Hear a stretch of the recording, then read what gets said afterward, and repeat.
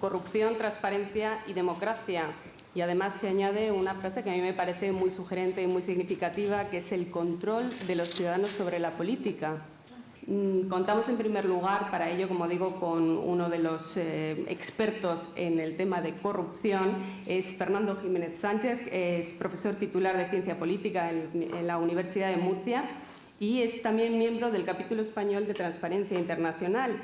Es autor del libro Detrás del escándalo político, opinión pública, dinero y poder en la España del siglo XX y también ha publicado diversos artículos en revistas académicas sobre la política del escándalo, que es un tema que evidentemente está dando bueno, pues bastante que hablar y bastante interés tiene en las editoriales, por desgracia. Ha tratado también en estos artículos sobre las repercusiones electorales del fenómeno de los escándalos, de la financiación irregular y asimismo es autor de los capítulos sobre corrupción en los informes del 2007 y 2008 sobre la democracia en España de la Fundación Alternativas, que han sido además coordinados por Joaquín Estefanía. Actualmente dirige un proyecto de investigación del Plan Nacional de Investigación y Desarrollo sobre el control de la integridad de los representantes públicos en España, la corrupción asociada al urbanismo. Fernando es también evaluador del programa Greco, es el programa del Consejo de Europa, del Grupo de Estados contra la Corrupción, y forma parte de diversos consejos editoriales de publicaciones académicas en el campo de la administración pública y de las políticas públicas. Nos va a hablar y vamos a poder ver con él pues, análisis de datos sobre pues este problema de la corrupción que padecemos en España, también en relación con otros países y cómo eso repercute también en el ámbito electoral. Por ejemplo, ¿qué sucede con tantos alcaldes que han sido imputados de corrupción? ¿Tiene realmente eso una repercusión en las urnas? ¿O siguen, bueno, como si no hubiera pasado nada, precisamente por esa indiferencia ciudadana que veíamos que es uno de los males que nos aquejan? Nada más, Fernando, cuando quieras tienes la palabra. Muchas gracias. ¿Esto funciona? No sé si hay que darle algo. Pues aquí hay un botón rojo, mira. ¿Se oye bien? Está, vale. Pues nada, muchísimas gracias. Muchas gracias por la invitación. Muchísimas gracias a todos ustedes por, en fin, por su interés por estos temas. Yo la verdad que no sabía nada de este encuentro de Nacho Prendes con el periodista, que estaba preocupado por la aridez del tema y sin saber nada, sin embargo, me propuse en realidad defraudar a este periodista. Voy a intentar que mi intervención sea lo menos árida posible. Por eso ya al comienzo utilizo esta viñeta, una más de las magníficas viñetas del Roto, porque de lo que yo quería hablar era un poco de los aspectos sociales de la corrupción, de consideraciones de factores alrededor de las relaciones, digamos, más, en fin, técnicas, más delictivas directamente de los intercambios corruptos. Es un poco el contexto social que rodea, que permite, que alienta la corrupción en el caso español. Daba por hecho que con mis dos compañeros de mesa poco tenía que hacer si me metía en aspectos técnicos de la corrupción y, por tanto, he obviado por completo el asunto y me voy un poco más a la farándula de la corrupción, si quieren, ¿no? a lo rosa, ¿no? en la corrupción, alrededor de la corrupción. Bueno, he dividido mi intervención en tres partes muy desiguales. Quiero que empecemos un poco hablando, en fin, de percepciones sobre la corrupción, si quieren, de imaginarios sociales sobre la corrupción. Y para eso voy a utilizar un tipo de datos. Decía Pilar que iba a utilizar datos. Bueno, voy a utilizar datos, pero unos datos un tanto peculiares, como verán dentro de un momento. La segunda parte, esa primera parte me llevará a la segunda es sobre las causas de la corrupción. Va a ser el grueso de mi exposición, porque quiero matizar, bueno, una serie de lugares comunes cuando se habla de las causas de la corrupción, especialmente referidas al caso español. Y terminaré de manera, esto de decir breve siempre es horrible, uno se traiciona siempre, pero en fin, la última parte será la más breve y simplemente la parte, en fin, pragmática, ¿no? De, bueno, con este contexto, con este diagnóstico que les presento sobre la sociología de la corrupción en el caso español, ¿qué podemos hacer? ¿Qué es lo más urgente? ¿Por dónde empezar en la lucha contra la corrupción? Bien, empezamos con lo de las percepciones, con los imaginarios sociales, pero les digo, voy a utilizar una serie de datos muy especiales. La pregunta es a los expertos, a los verdaderos expertos. Nos consideran a los que nos sentamos esta tarde aquí en esta mesa expertos en corrupción. Nosotros, expertos de corrupción, en realidad tenemos poco. Vamos a preguntarle a los verdaderos expertos, los que saben de esto, ¿no? En estos momentos me convierto en el muñeco del ventríloco, ¿vale? Y por mi boca van a hablar los verdaderos expertos en la corrupción. Lo que he hecho ha sido coger una serie de conversaciones grabadas, bueno, grabadas por diversos actores, conversaciones que aparecen en sumarios judiciales de casos, algunos de ellos están muy vivos y por tanto no les voy a poder dar muchos detalles de qué va el caso, pero que son tremendamente jugosos, ¿vale? Con esos fragmentos lo que voy a hacer es componer un pequeño imaginario social de la corrupción a base o sobre la base de 6 píldoras, si quieren, ¿vale? La píldora va a aparecer en primer lugar, un poco la etiqueta, donde encaja el fragmento que vamos a leer. A mí me encanta, tengo a José Luis Ros entre el público, un alumno de Murcia, y como él sabe, a mí me encanta, en fin, hacer comentarios de texto en clase. Bueno, vamos a hacer un pequeño comentario de texto. Empiezo con la primera píldora, esto funciona así.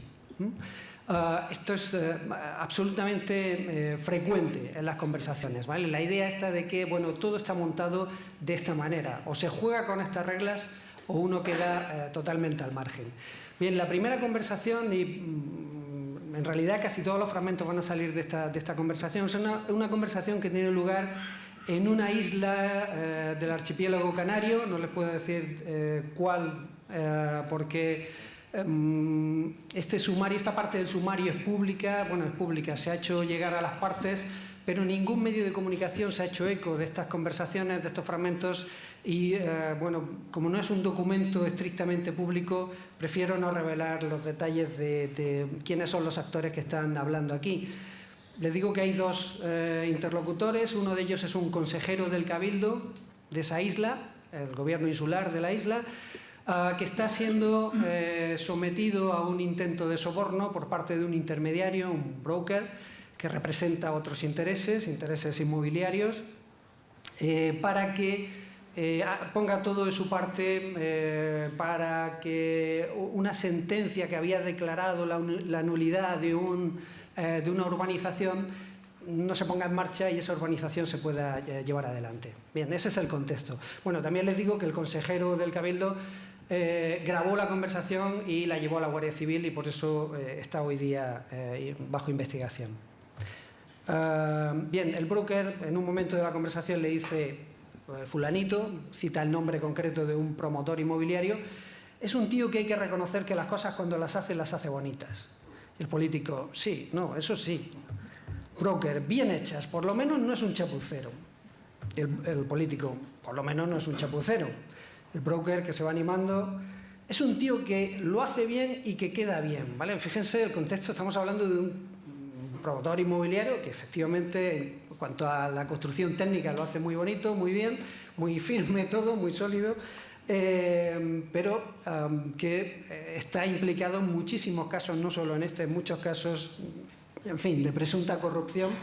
Y el hombre, el broker, dice que sin embargo te hace quedar bien, ¿no? Este promotor te hace quedar bien. El político, sí, se salta la ley con estilo, ¿vale? Como lo conocen, es un tipo conocido en esta isla. El político admite que efectivamente que se salta la ley, pero eso sí, lo hace con estilo. El broker sigue. Eso sí, se salta la ley con estilo, pero coño, ya que se la va a saltar a alguien, que se la salte él, que lo hace bien y deja siempre cosas bien hechas, coño, cosas bonitas. Como yo sé que al final se la van a saltar, ¿vale? Todo esto que está así resaltado en rojo es lo que quiero, ¿no? Con lo que quiero que nos quedemos, ¿no? Prefiero que se la salte él a que no se la salte un basura, que te hace una mierda, un desastre y te deja encima mal, ¿vale? Ya que nos ponemos a hacer cosas corruptas, hagámoslas bien, ¿no? Segunda píldora, la política es de paso, ¿vale? El cargo público como la oportunidad de ganarse la vida. Este mismo broker. Y tú imagínate que hubieras trincado un 5 o un 10% de todo el proyecto ese. Estaban hablando de un proyecto muy grande que hubo en esta isla y el político le estaba diciendo que ahí nadie cogió dinero, ¿no? ¿Qué pasa? Y es que te digo una cosa, si no lo hicieras, si no lo hicisteis tú o la persona que tenías en ese momento la llave es una palabra clave siempre en este tipo de conversaciones, y tal, es que son gilipollas. Te lo digo sinceramente, es que son gilipollas, porque se creen ustedes que van a estar aquí toda la vida. Que tío, que la política, fíjense el adjetivo que utiliza, que la política es itinerante. Que esto no es un contrato fijo de trabajo. Tú lo sabes, es que es así, A lo cual añade, seguimos con la misma píldora, ¿vale? La política es de paso, el cargo como oportunidad.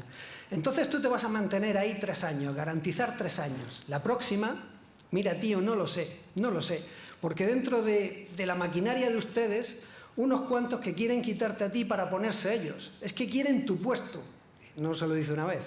Quieren tu puesto, por si no lo habéis quedado claro, ¿no? Eso es lo que hay. Entonces, tienes 3 años, ¿vale? Está diciendo aprovecha, ¿no? Pero vamos, yo no te voy a decir a ti lo que tienes que hacer, que tú eres un tío bastante inteligente, pero se lo dice.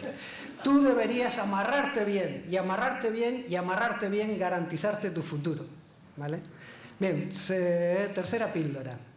Además, si no lo haces, eres gilipollas, ¿vale? Todo esto son, además, frases textuales, y no de esta conversación, de otras, ¿no?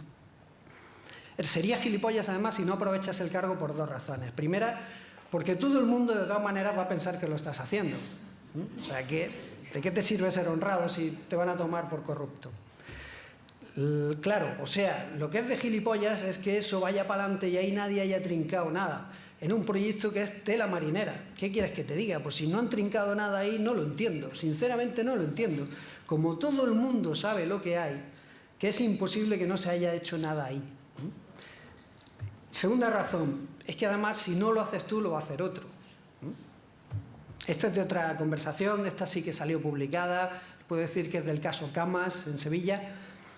Esta gente, le dice el broker a la concejala a la que se quería comprar, esta gente te va a montar un negocio, los empresarios, y no vas a tener que trabajar más. Y si no lo haces tú, lo hará otro. Seguimos todavía con esta píldora. Volvemos al caso de la isla Canaria.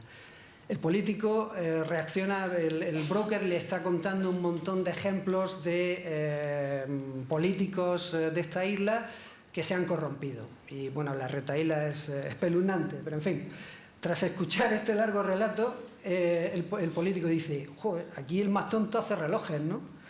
Y el broker le dice, tonto aquí yo no veo ninguno. Yo el día que me presentes a uno te doy una medalla.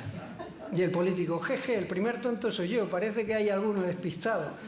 Y el broker, no, tú no eres tonto, lo que pasa es que acabas de entrar también, joder. Llevas poco tiempo, ¿no? ¿Vale? Fíjense el imaginario. Es casi inevitable, ¿no? Ven la corrupción como algo prácticamente inevitable. ¿Les suena esta frase, por cierto? Tú eres tonto, eres el único alcalde honrado de España. Esto se lo dijo el Pocero a Manuel Fuentes, el alcalde de Seseña, alcalde de Izquierda Unida de Seseña, cuando empezó a paralizarle sus desarrollos allí, ¿no? en esta macrourbanización. Es la misma, ¿no? la misma idea. Cuarta píldora, no sé, voy regular de tiempo, ¿no? Además no te va a pasar nada, esto es importantísimo, claro. O sea, no es solo que aproveches el cargo tal, sino sabes que el riesgo es cercano a cero. Volvemos a esta isla. Al final se me va a escapar la isla. Le dice el broker, esta operación si sale va a salir de puta madre, ya lo verás. Cuando tú te encuentres con una cosa de esas, ya le habla en general, más allá de esta operación, si quieres voy yo y lo arreglo. O sea, tú no tienes ni que aparecer. Si a ti te viene mañana, dice el nombre de un promotor, coño, ¿cómo podemos desbloquear este tema tal y cual? Tú me llamas, fulanito, vete con menganito, escucha lo que te dice y luego yo hablo con él. Digo, esto lo podemos desbloquear, pero ¿cómo queda la cosa? Y ya está. Tú no apareces por ningún lado, por ningún lado. Como ven, una reivindicación de las tareas profesionales del broker excepcional, ¿no? Y además de los servicios que presta el broker. El blanquearlo es muy fácil, le dice el broker en otro momento de la conversación. O sea, a mí me dan mañana 1.000 millones de pesetas, me dicen, mira, tengo 1.000 kilos en, no sé, Islas Caimán o tráetelo para acá. Lo tienes blanqueado en 2 años. Quinta perla. Esto es muy importante, ¿vale? El broker se permite darle consejos al político de cuáles son los condicionantes necesarios para que el intercambio corrupto tenga éxito. No vayas a joder al pueblo. ¿Qué entienden ellos por no vayas a joder al pueblo? Broker le dice textualmente esto, no vayas a joder al pueblo. O sea, lo que es estúpido es que están hablando de qué ocurriría si hiciéramos un plan general en una determinada ciudad de esa isla. O sea, lo que es estúpido es que, dice el nombre de un barrio, tú no le dejes hacer casas, hombre. Claro, hombre, tú tienes que ser generoso. A la gente del pueblo ponle lo que quiera, ¿vale? Barra libre. Al barrio popular 2 plantas, a otro barrio otra planta más para esa gente, para que lleve a la familia y que se beneficie, esto es importante, que se beneficie todo el mundo. Y después 3 o 4 operaciones gordas, ¿no? Que hay empresas privadas con dinero y tal. A la gente no le importa mientras tú hagas cosas por el pueblo, ¿vale? De nuevo, la tela de araña que se necesita, ¿no? Para desactivar los mecanismos de control, ¿no? Lo que no puedes hacer, topa a mí, y que se joda el resto del mundo. Entonces te joden vivo, ¿vale? Quinta, vamos con la última.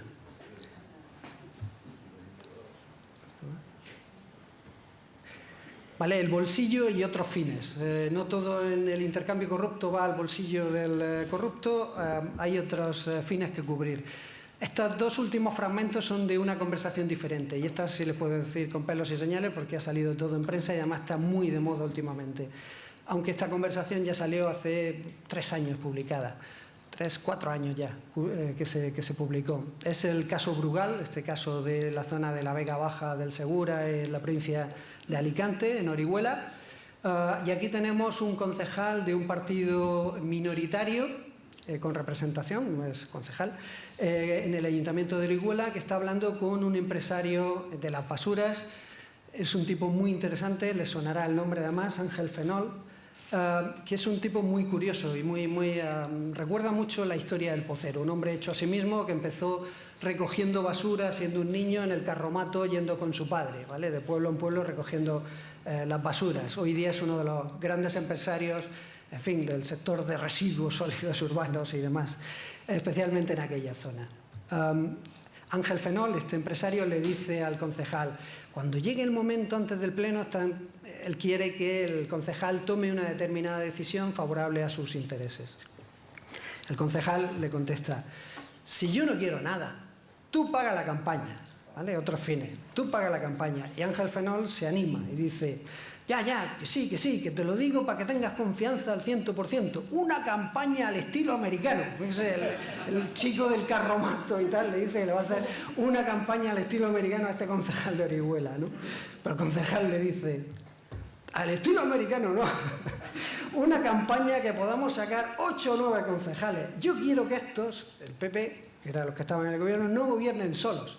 Que si nosotros decidimos después, decidimos nosotros. Centro liberal. Déjenme que siga con esta conversación. Le dice el concejal, nosotros con 50 votos y está citando ahora pedanías muy pequeñitas del municipio de Orihuela, con 50 votos en la Murada, 20 en la Parecida, nos sobra. No tenemos que sacar mayoría absoluta. Yo no quiero mayoría absoluta. Con sacar un par de concejales más ya está. No tenemos que ganar las elecciones. Y si nosotros tenemos la suerte, el otro le corta, Tienes la llave, ¿no? Es tener la llave. Ellos tienen que entenderse contigo, ellos quienes sean. Y fíjense qué oda tan bonita a la vocación política la que ahora suelta este concejal. De eso se trata. Además, tú lo sabes, yo eso de ser alcalde me la suda. Yo lo que quiero es mangonear por detrás. Si el que se ha equivocado conmigo ha sido Medina, el alcalde, podría haber sido el tío más feliz del mundo teniendo a mí mangoneando por detrás. Es lo que a mí me ha gustado siempre. A mí eso de los discursos me la suda, ¿vale? Bien, dejamos la farándula. Nos vamos con la segunda parte. ¿10 minutos? Sí, 10 minutos. Bien, causas de la corrupción.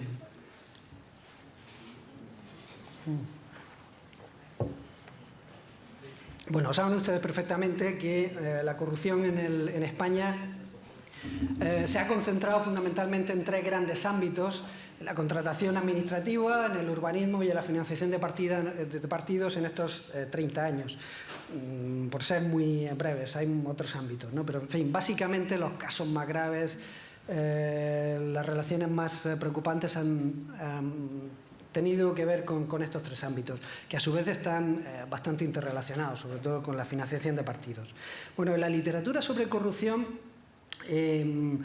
generalmente se habla siempre de 3 tipos de factores cuando se analiza el fenómeno de la corrupción. Es decir, hacen falta que se den 3 tipos de cosas juntas, ¿no? Factores de naturaleza estructural, es decir, unas fronteras no demasiado bien definidas entre el Estado y el mercado, es decir, que haya oportunidades para intercambios corruptos cuando los beneficios económicos pueden depender de decisiones políticas. Y miren, los factores estructurales son absolutamente inevitables.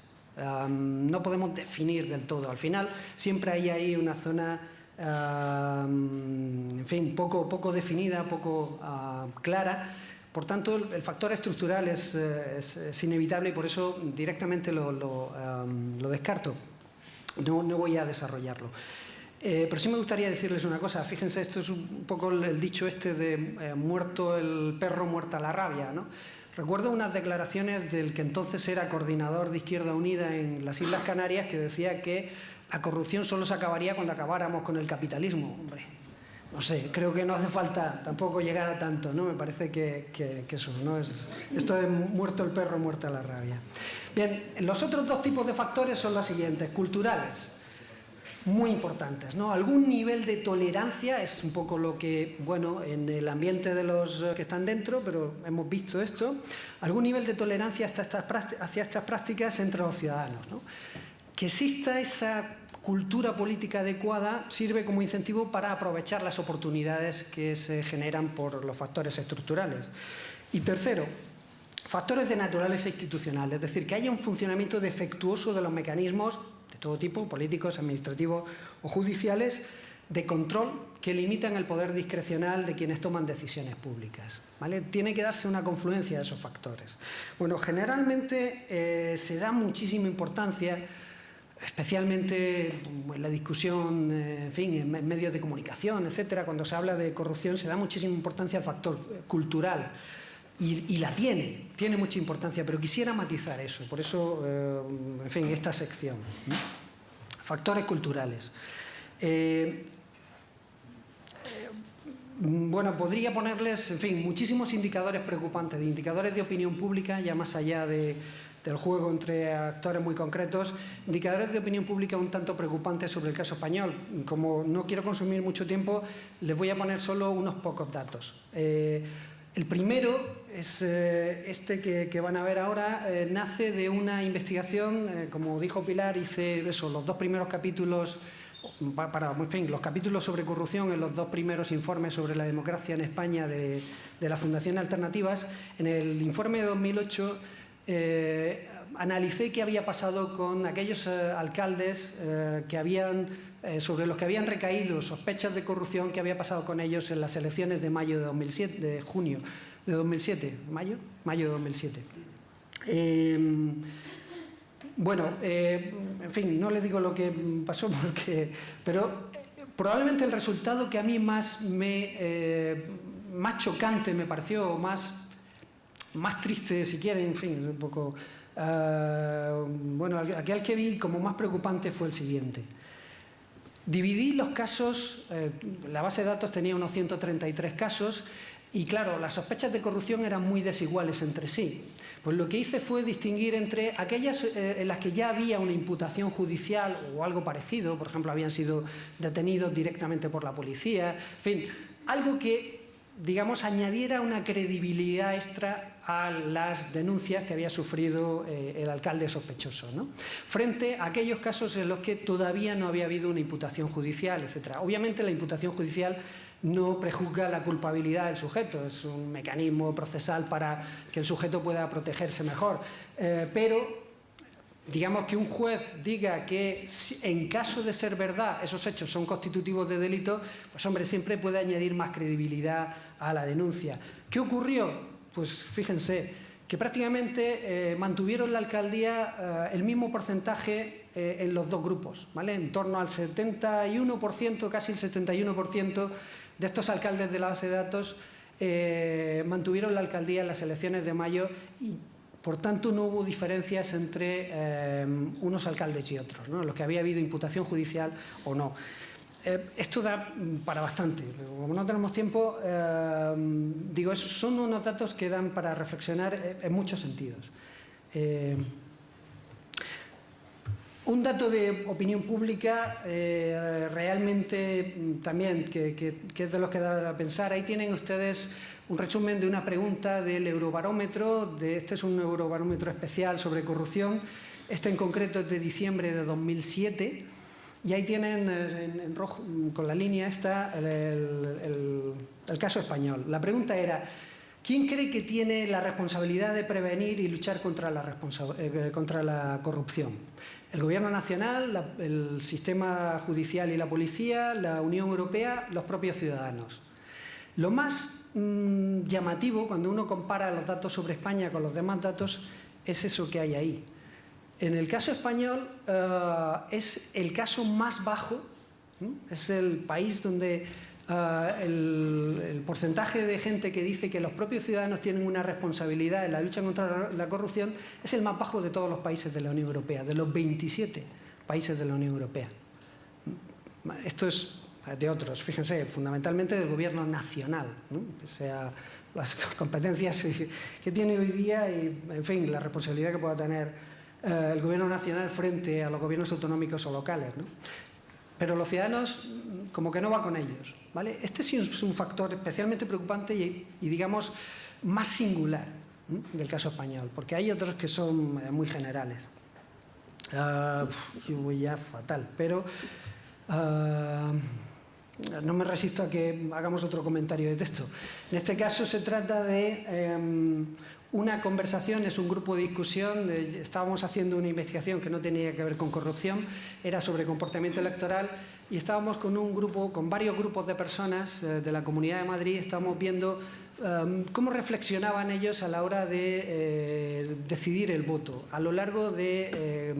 estuvimos con ellos 3 años. En 3 años tuvimos varias reuniones con los mismos grupos de personas, y lo que estábamos estudiando nosotros era cómo iban desarrollando la lógica por la que finalmente decidían qué votar, si iban a votar o no, etc.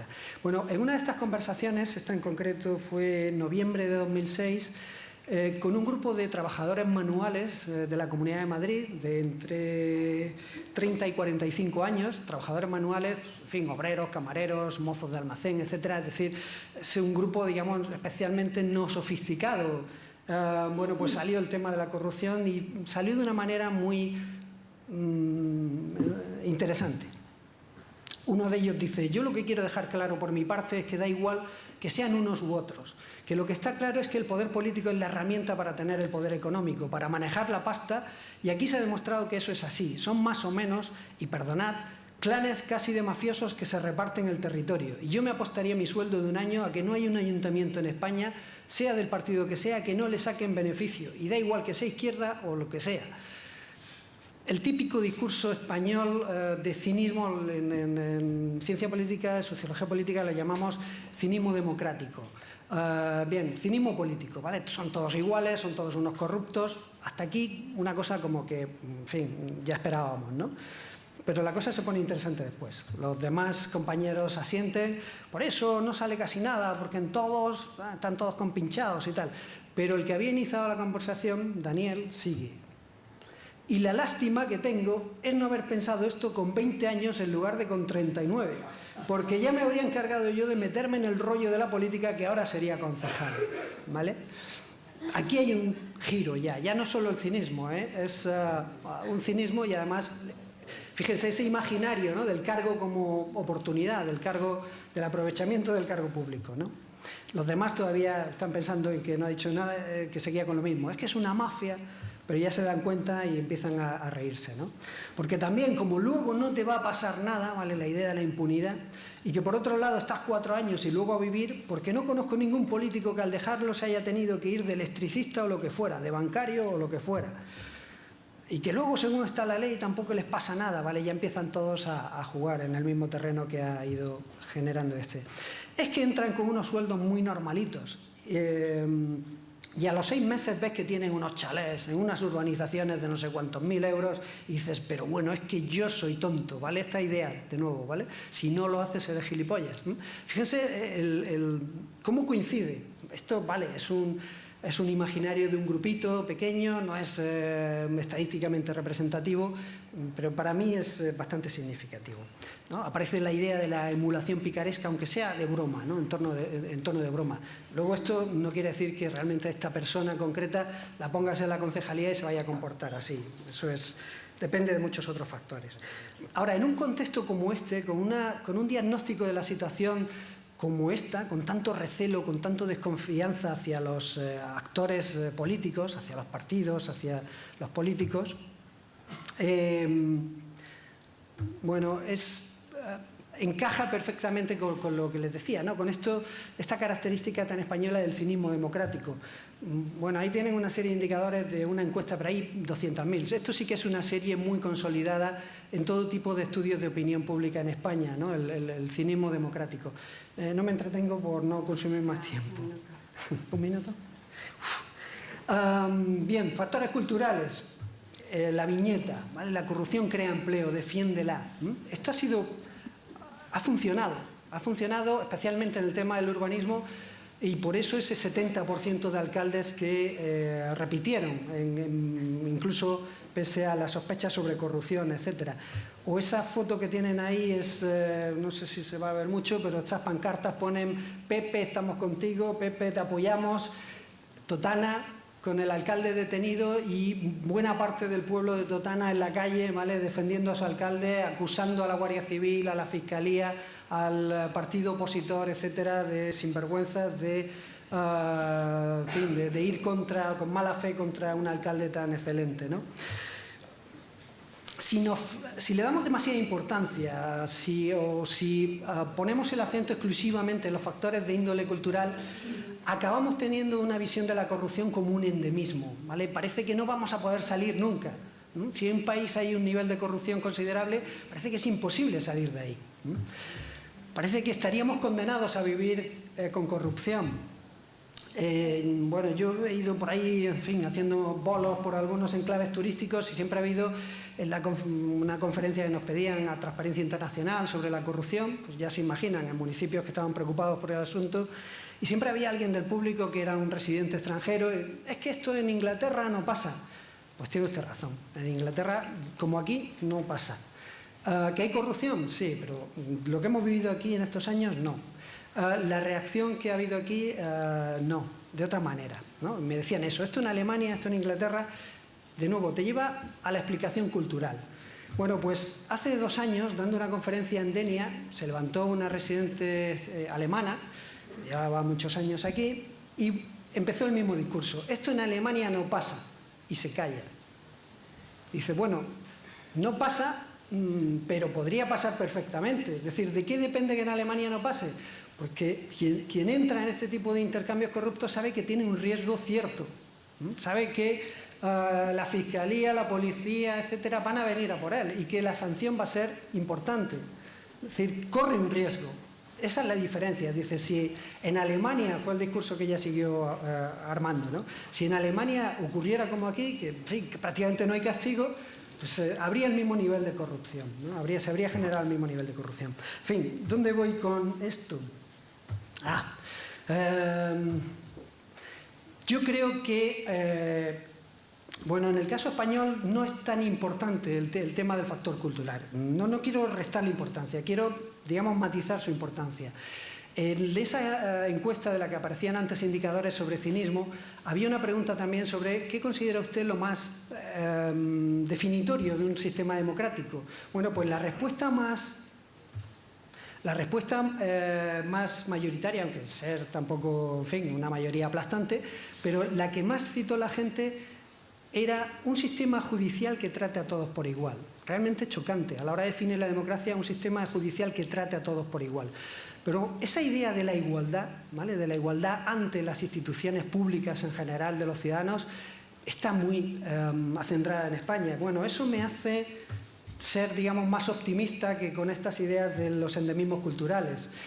Yo creo que el cinismo hacia la política democrática, su reflejo en el comportamiento electoral, con la facilidad con la que se descuentan los casos de corrupción, ¿no?, en el comportamiento electoral, son fruto no tanto de una moral pública escasamente cívica, sino el producto de la distancia que los ciudadanos perciben entre su ideal democrático, basado sobre todo en esa idea de la igualdad de los ciudadanos ante las instituciones públicas, y las expectativas que ellos tienen de lo que realmente van a recibir de esas instituciones públicas, de cómo los van a tratar, ¿vale? Hay una brecha entre esos dos, entre el deber ser, su visión de cómo debe ser la democracia y lo que ellos creen que realmente es la democracia en la que estamos viviendo, ¿vale?, con el protagonismo de estos partidos políticos, con, en fin, la marcianidad de nuestros políticos, de nuestros representantes políticos, etc.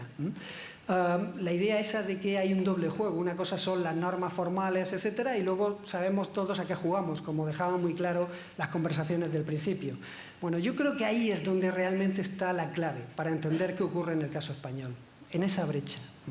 Estoy yendo un poco deprisa y termino enseguida. Vale.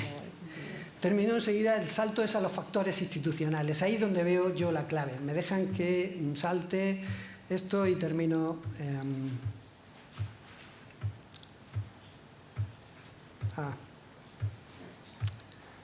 Bueno, ¿qué hacer? ¿Cómo luchar contra la corrupción? Muy rápidamente. No creo que la clave esté en hacer una gran revolución moral.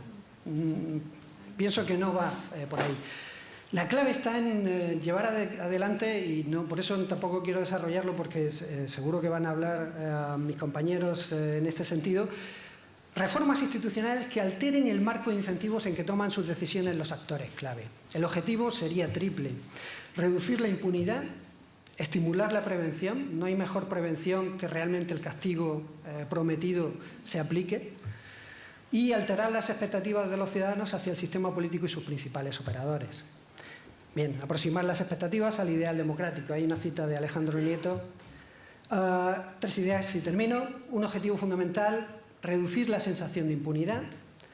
Mejorar, además de mejorar nuestras leyes, sobre todo los medios para su aplicación, también mejorar nuestros gobiernos locales y su relación con los demás niveles de gobierno.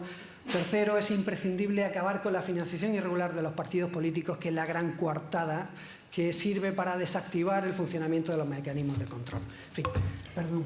No, al revés. Bueno, como decíamos, hemos escuchado a los verdaderos expertos en corrupción, de los que nos hablaba Fernando, y vamos a tratar ahora toda la cuestión de la fiscalización, de los mecanismos de control también, de qué disponemos, para algo tenemos que poder hacer y de qué manera podemos luchar contra la corrupción y sobre todo a través de la transparencia. Contamos para ello con un funcionario de los de verdad, de los de carrera con mérito y capacidad. Es Antonio Arias, ahora mismo es síndico de cuentas del Principado de Asturias. Él, en cuanto a su formación académica, es licenciado en Ciencias Económicas y también licenciado en Derecho, y fue jefe de Servicio de Gestión Económica e Interventor hasta 1999, cuando pasó a ocupar el cargo de la Sindicatura de Cuentas del Principado de Asturias. También es miembro del Registro Oficial de Auditores de Cuenta y autor de diversas publicaciones sobre contenidos financieros y presupuestos, y en el 2003 obtuvo también la suficiencia investigadora dentro del programa de doctorado Aspectos Jurídicos y Económicos de la Corrupción. Asimismo, ha recibido el reconocimiento de los Tribunales de Cuentas de Santa Catarina en Brasil y Río Grande do Sul, porque por los servicios prestados al sistema de fiscalización de los gastos públicos en este país. Por otra parte, ha coordinado desde el 2001 el Simposio Anual de Fiscalización Auditoría y Control en las universidades de Salamanca, Oviedo y Extremadura, y también sobre fiscalización en la gestión de investigación en el ámbito universitario. Es autor también de diversos artículos, además de asiduo en conferencias y ponencias, y también se caracteriza por ser el autor de una de las bitácoras personales dedicadas a la fiscalización de la gestión de los fondos públicos, que tiene más seguidores y más conocida seguramente por todos ustedes.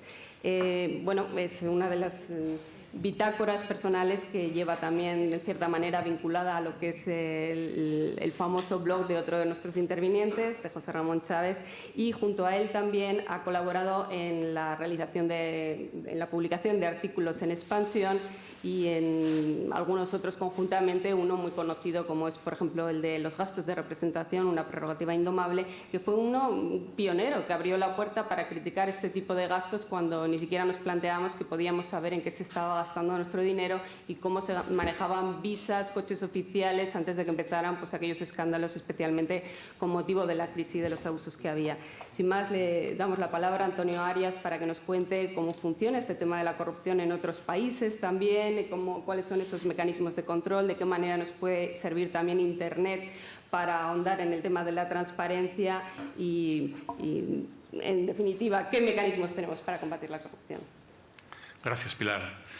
Bueno, reiterar el agradecimiento a los organizadores por haber contado conmigo en una mesa tan brillante, ¿no? Como la exposición que hemos visto de Fernando Jiménez, que me parece amena para comenzar una jornada de 3 días para hablar sobre temas administrativos. Me parece una gran idea comenzar con ella. Yo intentaré también, he preparado una serie de diapositivas para que ustedes no se nos duerman. Creo que voy a intentar, bueno, creo que voy a lograrlo, porque va a ser sobre aspectos totalmente distintos a los que ha hablado Fernando y los que va a hablar mi compañero José Ramón Chávez. Antes de continuar, decir 2 o 3 cosas, ¿no? Efectivamente, comparto con José Ramón Chávez un portal que es el Círculo de Unomia, una creación un poco así, una iniciativa loca que hemos tenido de tener cada uno una bitácora, la del contencioso.es, la mía fiscalización.es, donde cada 2 o 3 días, él más regularmente cada 2 días, yo cada 3, comentamos algunos aspectos, ya sea de la prensa, yo suelo comentar informes de auditoría de otros tribunales de cuentas, noticias de ciertas, huyendo siempre de la actualidad asturiana, porque por mi labor de síndico debo de intentar evitar anticiparme pronunciarme sobre aspectos que luego pueden acabar en mi trabajo. Y, bueno, fundamentalmente sobre lo que es el problema de la gestión pública como una visión funcionarial, ¿no? No me importa reconocerlo, estoy muy orgulloso de ser funcionario. Creo que los funcionarios incorporamos una cualidad, eso que es tan criticado a veces, que es el trabajo para toda la vida. Bueno, pues yo efectivamente soy funcionario de las 24 horas, ahora soy alto cargo, pero considero que todo el tiempo que dedican mis compañeros al blog, a publicar un artículo al mes en La Nueva España, pues todo ese tipo de cosas considero que forman parte de mi trabajo y mantengo mi propia línea de comunicación con la ciudadanía, ¿no? Y realmente el blog es, como dicen ahora, tiene mucho retorno, ¿no? Los chicos hablan del feedback, ¿no? Tiene mucho retorno porque efectivamente publicas una cosa, aparecen los comentarios, eso que vamos a ver luego, el 2.0, y sobre un tema crees que sabes y efectivamente luego aparece alguien en Cádiz que sabe un poco más y otro en Murcia que te deja un comentario brillante y todos vamos construyendo poco a poco mucha doctrina sobre aspectos sobre los que no sabe nadie, porque a lo mejor es un decreto que se publicó 2 días antes y todos aportamos algo, ¿no? Es la bitácora muy interesante. Y bueno, en mi trabajo en la Sindicatura de Cuentas del Principado de Asturias, decirles que es uno de estos órganos de control externo que depende de los parlamentos. Somos 13 ya en todo el Estado español, la última, la aragonesa, la Cámara de Cuentas de Aragón. Y bueno, durante los 30 años que hay desde que la Cámara de Contos de Navarra se reconstruye. Efectivamente, la Cámara de Contos de Navarra es una institución que viene de 1300 y pico. Ya existía en Cámara de Contos en Navarra hace la friolera de 7 siglos, ¿no? Porque, bueno, pues porque cumplían una misión incluso hacían como de notarios. Bueno, ha estado vigente durante muchísimos años y en 1830 y pico pues desaparece y vuelve a aparecer ahora. Bueno, es la decana de los órganos de control externo, la Cámara de Cuentas de Navarra, y se han ido creando. Nosotros éramos los últimos hasta que la Cámara de Cuentas de Aragón se constituyó hace unos meses, ¿no? El Tribunal de Cuentas coordina nuestras actividades, no tenemos una relación jerárquica sobre el tribunal, sino sencillamente una función de coordinación, y sobre este aspecto hay unas diferencias semánticas terribles. Hay quien dice, no, nosotros somos colaboradores, coordinadores, no somos coordinados por el tribunal. Lo cierto es que cada vez el Tribunal de Cuentas está avanzando más en lo que se llaman las auditorías horizontales, es decir, auditorías que se hacen sobre un determinado sector, por ejemplo, la Universidad Española, y entonces reúne a los órganos de control de toda España, coordinan unas directrices comunes para ver qué se va a fiscalizar en esa institución en toda España y se hace un informe horizontal, ¿no? Cada vez el Tribunal de Cuentas está impulsando esa vía de hacer de hermano mayor y bueno, poco a poco vamos construyendo el estado de las autonomías sin saber muy bien hacia dónde vamos, ¿eh? En este momento así estamos. ¿Y qué hacemos? Bueno, pues efectivamente hacemos informes anuales. El más importante, el que hace el Tribunal de Cuentas de España, el informe sobre la cuenta general, que permite a las Cortes Generales pronunciarse si se aprobaron o no las cuentas del Estado, ¿no? También decir que hacemos este tipo de trabajo no con mucho éxito. Por lo general nuestros informes son áridos o no son bien recibidos. Y, bueno, efectivamente, a veces pasan sin pena ni gloria, ¿no? El caso del Palau en Cataluña es un ejemplo. Es verdad que estos órganos somos definidos como la principal herramienta de la oposición política, ¿no? Hasta el punto de que, bueno, el Diario de Comercio cariñosamente nos dedicó una vez este titular que parece sacado de la Wikipedia, porque efectivamente es casi una definición, ¿no? Pues sí, efectivamente, y estamos orgullosos de ese tipo de actividad, ¿no? Hasta el punto de que hay países donde es tradición que sea la oposición política la que presida este tipo de órganos, ¿no? Y es el caso británico, ¿no? Pero incluso donde no es así, como es, por ejemplo, Francia, Sarkozy hace poco acaba de nombrar, falleció recientemente el presidente del Tribunal de Cuentas, y aquí nombró precisamente a un político de centro-izquierda, y Sarkozy no es de centro-izquierda, obviamente, sencillamente para darles un arma y una mayor credibilidad a la institución. Cierto es, tendremos ocasión de hablar de ello si ustedes quieren, que en Francia, por así decirlo, el único cargo político que hay en el tribunal es el presidente, el resto son todos magistrados profesionales, ¿no? Un sistema distinto al español. Bueno, con frecuentes intercambios de opiniones, disparidad de opiniones con los gobiernos, es muy frecuente este tipo de refriegas en la prensa por los informes. Y también somos considerados a veces, este es un recorte de hace un par de años, somos considerados un poco inquisidores. Bueno, esto de que somos los últimos en hablar sobre un tema tan importante como el gasto público, pues bueno, permite que en algunas ocasiones quizás nuestros comportamientos puedan ser considerados como un poco pretenciosos o, bueno, desconsiderados, y a veces se nos acusa de esos, ¿no? Los auditores con frecuencia bueno, tenemos ese tipo de acusación, ¿no? Hace ya un siglo, un escritor americano, efectivamente, nos dio un soberano palo en una definición de qué era un auditor, ¿no? El auditor para él es una persona poco comprometida, con ojos de bacalao, cortés en el trato, antipático, endiabladamente como un poste de concreto, de cemento, un vaciado de yeso, una petrificación humana con corazón de feldespato, ¿no?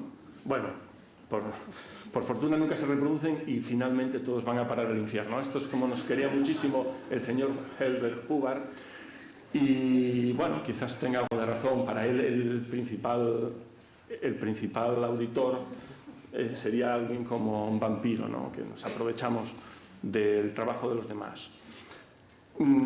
Es verdad también que las cosas están cambiando porque toda la teoría de la mejora continua, las políticas de gestión de la calidad, de acercamiento al ciudadano, tener en cuenta sus críticas, hacen que ya incluso Hacienda, que eran los auditores más temidos en las empresas privadas, no como nosotros, que al fin y al cabo hacemos un informe pero no les toca pagar nunca nada, en nuestros informes son de opinión pública y de creación de cierta opinión parlamentaria, pero los de Hacienda son realmente los auditores que hacen daño, ¿no? Pero ya no son lo que eran, como nos recuerda Forges, ¿no?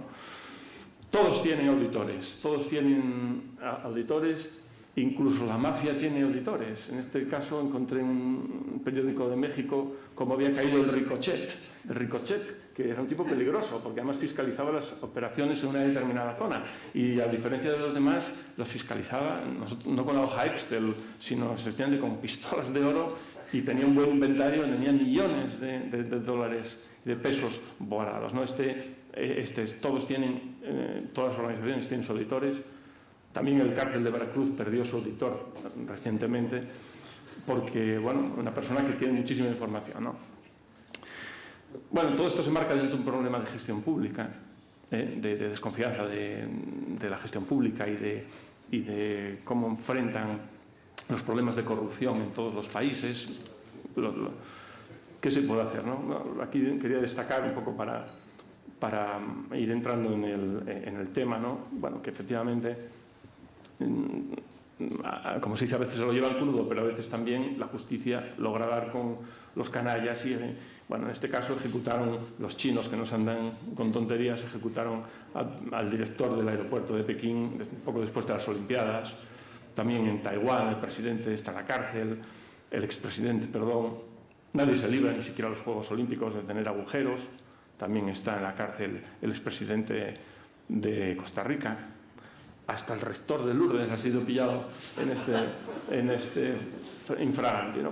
Efectivamente, luego hay una sutil frontera entre la malversación y dilapidar el presupuesto público. Otros que también tienen una cruz muy importante son los californianos, que tienen de presidente, gobernador, ni más ni menos que a Schwarzenegger, que les está llevando una ruina, que ha tenido que escarcelar a 6.500 presos porque no tiene dinero el presupuesto público para alimentarle, ¿no? O sea, una situación, no es corrupción, pero no olvidemos que esto forma parte de una mala gestión y hay una frontera difusa en ese tema, ¿no? Quería recordarlo. Estamos en el ámbito de la transparencia, ¿no? De los consejos que da Sir Humphrey de mantener el secreto, ¿no? Pero por concluir la parte de la corrupción, ustedes saben que cada vez, como avanzaba antes Fernando, aceptamos más esto como una lacra que no podemos erradicar y que tenemos que convivir con ella, ¿no? Es algo a lo que hay que negarse absolutamente, pero que es así, que salen todos los diálogos, ¿no? El magistrado asturiano David Ordóñez nos recuerda que el precio de la libertad es la vigilancia eterna, y esto es una gran verdad, ¿no? No se puede levantar nunca el pie del acelerador o del freno, pero hay que estar en permanente estado de atención, ¿no? El propio Tribunal de Cuentas recuerda reiteradamente a los partidos políticos que sus informes de fiscalización dejan en evidencia comportamientos de financiación irregular. Es verdad, y aquí me voy a detener un minuto, que el papel del Tribunal de Cuentas en materia de fiscalización de partidos políticos es muy limitado. ¿Por qué? Porque fiscaliza lo que hay. Lo que no hay, es decir, lo que va por otros circuitos, no se fiscaliza. Me explico. Un auditor escribe al banco y comprueba que el saldo bancario es el que dicen las cuentas anuales a 31 de diciembre. Escribe a los proveedores y dice, usted ¿tiene 1 millón de euros de operaciones? Sí, 1 millón de euros. Y a los clientes, ¿me deben 100.000? Me deben 100.000. Bien, lo que está en la contabilidad lo contrasta. Si es verdad, decimos, representa la imagen fiel. La contabilidad es verdadera y, por lo tanto, decimos que es una opinión limpia la que tienen esas cuentas anuales. Claro, todo lo que va por fuera, obviamente, no se fiscaliza. Entonces algunas personas creen, hombre, es que el Tribunal de Cuentas ya me dijo, no, vamos a ver, el Tribunal fiscaliza lo que hay, lo que está documentado. Lo que no está documentado, si no está en cuentas bancarias, si anda por maletines o si está en las Islas del Caimán, no lo vas a ver nunca el Tribunal. Eso es obvio, pero de vez en cuando conviene recordarlo porque la administración tiene sus reglas y las auditorías también, ¿no? Incluso se habla mucho de los códigos de conducta, luego tendremos ocasión de hablar de ello, y parece que llegamos a la conclusión un poco que, como avanzaba Fernando antes, que somos un país peculiar, ¿no? Hasta el punto que recordarán ustedes aquella famosa frase de Maragall en el Parlamento, de ustedes tienen un problema que se llama el 3%, ¿no? Esto sobre el dato. No se ha vuelto a hablar más. Y claro, Maragall tenía razón en hablar de estas cosas con lengua distendida.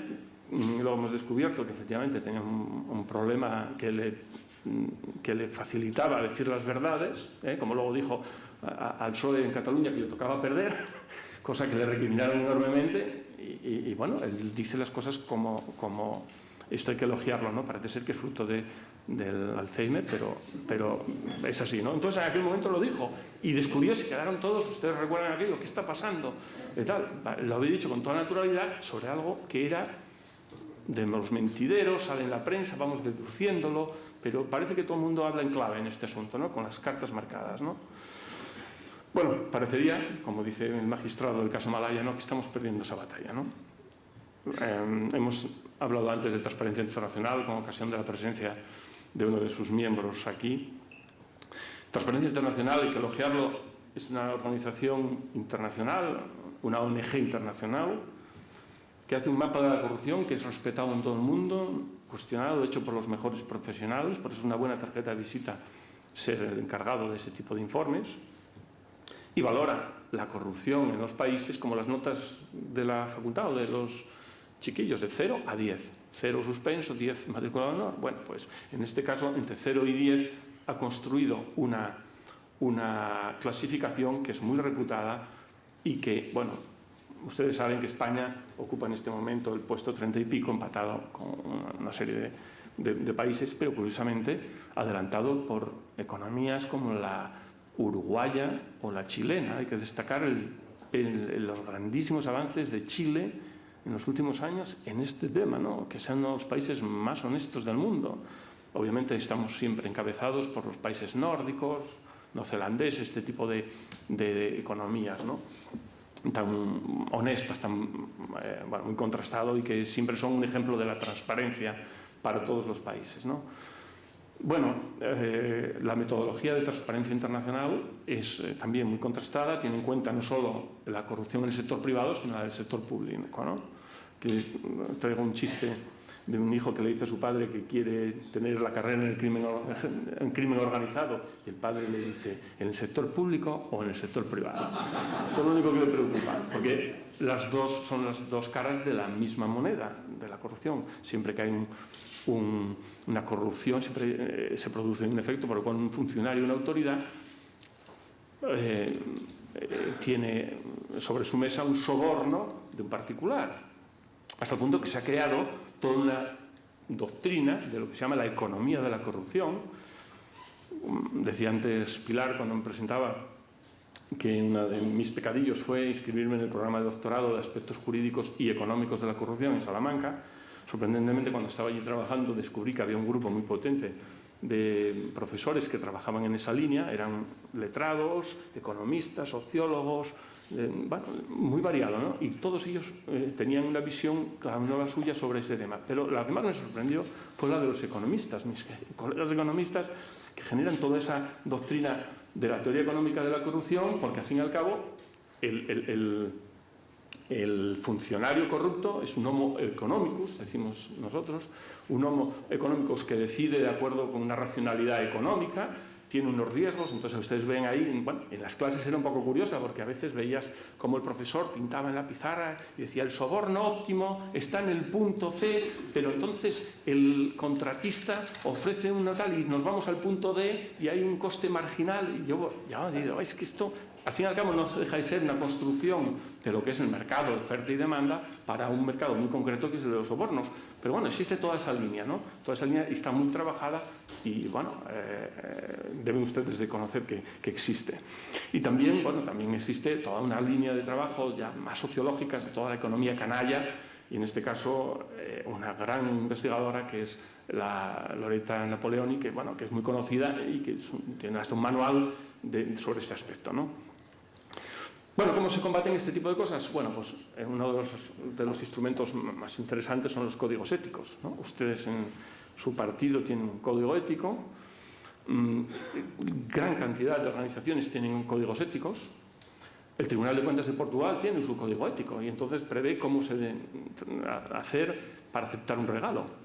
Realmente el más impactante de todos los códigos éticos que conozco es el de New York Times, que prevé hasta el modelo de formulario para denegar el regalo, la conversación que hay que tener. Está perfecto, porque a veces puedes influir sobre un determinado periodista. Bueno, en España es casi imposible influir sobre un periodista, porque ya cuando estás en un periódico ya tienes una línea editorial a favor del gobierno, en contra del gobierno, etc. Pero bueno, en teoría el New York Times cree que es neutral y entonces prevé este tipo de cosas, ¿no? Para que no te influyan. Bueno, el Tribunal de Cuentas de Portugal tiene un código ético también, ¿no? Entonces, bueno, indica ahí para aceptar un regalo cómo hay que hacerlo. Obviamente el regalo no puede ser no puede aparentar que se está influyendo sobre él, tiene que tener una cuantía ridícula, etcétera, etcétera. Está perfectamente previsto, ¿no? Este tema de los regalos es, en lo que son los altos cargos, un aspecto delicado, ¿no? Recuerden ustedes que hace poco el matrimonio de la Casa Real sueca pues, se vio involucrado en un regalo que le hizo un empresario importante para la luna de miel y bueno, y el fiscal debió haber unas diligencias al respecto en Suecia para saber si esto había incurrido en algún delito, ¿no? Bueno, esto es así y forma parte del comportamiento habitual. Es verdad que el tema del uso de los bienes públicos, que es la otra cara de la moneda, por parte de las actividades privadas de los altos cargos, es un debate también muy interesante y que se ha rehuido su resolución y su regulación. Con frecuencia oyen ustedes hablar de los desplazamientos privados con bienes públicos, ¿no? Es verdad también que muchos altos cargos son las 24 horas, efectivamente, y cuando van a un meeting tienen sus escoltas, tienen sus asesores. ¿Cómo resolver este tema, no? Es un debate. El Tribunal de Cuentas de Francia, en un informe de hace un par de años, llegó a afrontar este asunto. Y bueno, Sarkozy debió reintegrar 14.000 euros en todo el análisis. Pero hay que reconocer que Sarkozy fue muy valiente pidiendo al tribunal, que nunca había fiscalizado en los 2 siglos de historia del Tribunal de Cuentas de Francia, en 2 siglos no había fiscalizado nunca la jefatura de Estado, ni en la época de Napoleón ni después. Y fue el primero que permitió que todos sus gastos, incluso los de la casa, la parte doméstica del Elíseo, fueran fiscalizados por el tribunal. Bueno, después salió un pequeño reintegro de nada de 14.000 euros. Pero bueno, por lo menos el Tribunal de Cuentas de Francia llegó a decirle, señores, ustedes, cuando se vayan a un viaje particular, como tienen que llevar todo ese séquito, etcétera, etcétera, entendemos y aceptamos que usted cuando se mueve tiene que llevar la maleta esa de los atómica y no sé qué, bueno, pues ustedes son 100, bueno, pero vayan en el coche oficial, pero al menos paguen los billetes de los que no son funcionarios. Bueno, es un equilibrio, quiere decir que utilizan los bienes públicos, pero para evitar que sean considerados un uso privativo de un bien del Estado, pues llegan al equilibrio de que una parte lo paga, ¿no? Sería el equivalente al coste de un vuelo privado, ¿no? ¿Cuánto vale el vuelo en Iberia? Pues, bueno, en este caso de Air France, pues eso es lo que paga, ¿no? El tema este de los regalos como forma de influir en las decisiones públicas de los altos cargos es un tema históricamente presente en nuestra administración. Y claro, la contabilidad, que debe dejar reflejo de todos los gastos, nos permite, en este caso el Ayuntamiento de Río Seco, que tiene las cuentas, su contabilidad desde hace muchísimos siglos, como pasa también en la Universidad de Salamanca, que tiene cuentas del año 1400 y pico, y uno puede ver todo en qué se gastaba todo el presupuesto público en esas instituciones, pues uno puede encontrar cosas tan curiosas como los 110.590 maravedíes que se pagaron a don Francisco García de Soto por el regalo de pescados que se envió a Madrid al almirante y la duquesa para tener gratos, para valerse de su favor en todas las ocasiones que se ofreciera esta villa. O sea, lo que llamamos tráfico de influencias, como era con cargo al presupuesto, en este caso, de Medina de Río Seco, había que dejar constancia de ello desde que se estaba untando, podemos decir así, al almirante y la duquesa, ¿no? Otro también muy interesante, que pueden ver ahí, es el caso también en el que el Ayuntamiento de Medina de Río Seco, bueno, pues regala por 3.900 maravedíes, regala al regidor de Valladolid, Francisco de Eraso, para el buen despacho del pleito de privilegio, es decir, un tráfico de influencias como otro cualquiera, pero que efectivamente quedaba reflejado en la contabilidad. Porque la contabilidad y la transparencia a veces se ven obligados a dejar constancia hasta de este tipo de gastos, ¿no? Sí, sí. Voy a centrarme ahora en tres aspectos en el que Internet puede ayudar a aumentar la transparencia de la administración en tres áreas, puntualmente en tres áreas, y algunas experiencias que se están realizando, ¿no? La primera de ellas, que fue mencionada aquí, es el tema de la contratación. La contratación es un área de riesgo, decimos los auditores, alta, sobre todo los procesos de adjudicación, los modificados, los reformados, etcétera, etcétera, ¿no?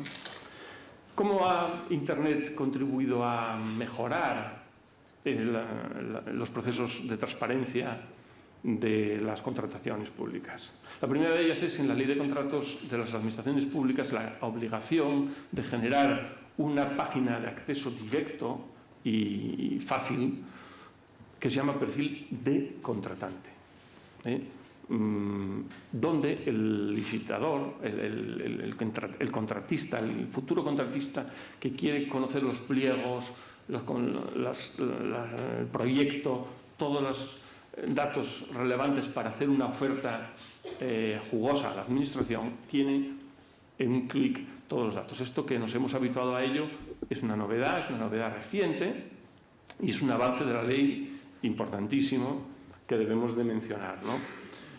También lo que es el registro oficial de licitadores. En Madrid hay un organismo, pero también una página web en la que los ciudadanos que estén acreditados tienen una presunción, los juristas iuris tantum, una presunción de capacidad, etcétera. De tal manera que un miembro de la mesa bastaría con ver la calificación que tiene en Madrid y para todo el sector público español, que no es poca cosa, la prueba fácil de la capacidad. Antes era necesario aportar una documentación en papel enorme y tal. Este tema, gracias a los portales de contratación, se va aliviando, y esto permite también que uno pueda conocer los pliegos de otros ayuntamientos. Por ejemplo, ahora cuando alguien quiere realizar un pliego sobre un tema novedoso, pues puede buscar, ¿dónde han hecho esto? Vamos a ver si en Madrid han hecho esto, o en Murcia. Entonces, claro, la transparencia que nos permite Internet es enorme, y la capacidad de aprender de otras administraciones sobre cómo han resuelto los problemas en materia de contratación es interesantísimo, ¿no?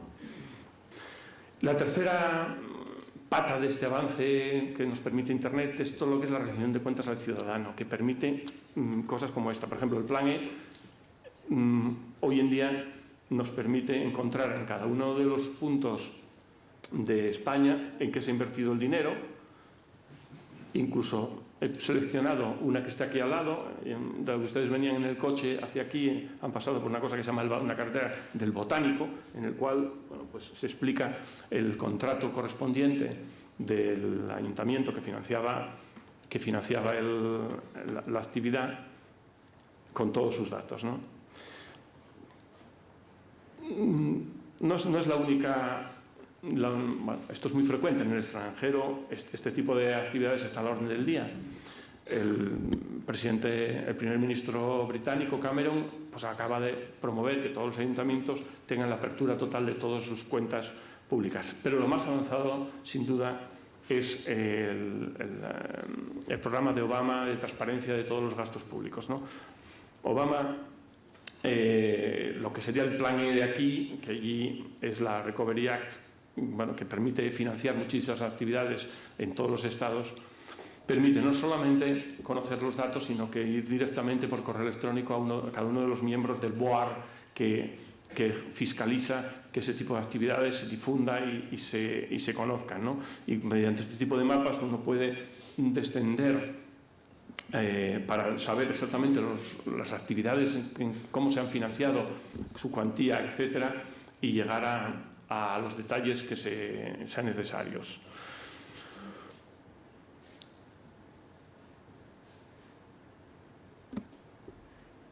El nivel mayor de transparencia, y esto se lo someto a su reflexión, como decíamos antes, lo presentan los países nórdicos. En el caso de los registros fiscales, el ejemplo de Noruega es quizás el más avanzado.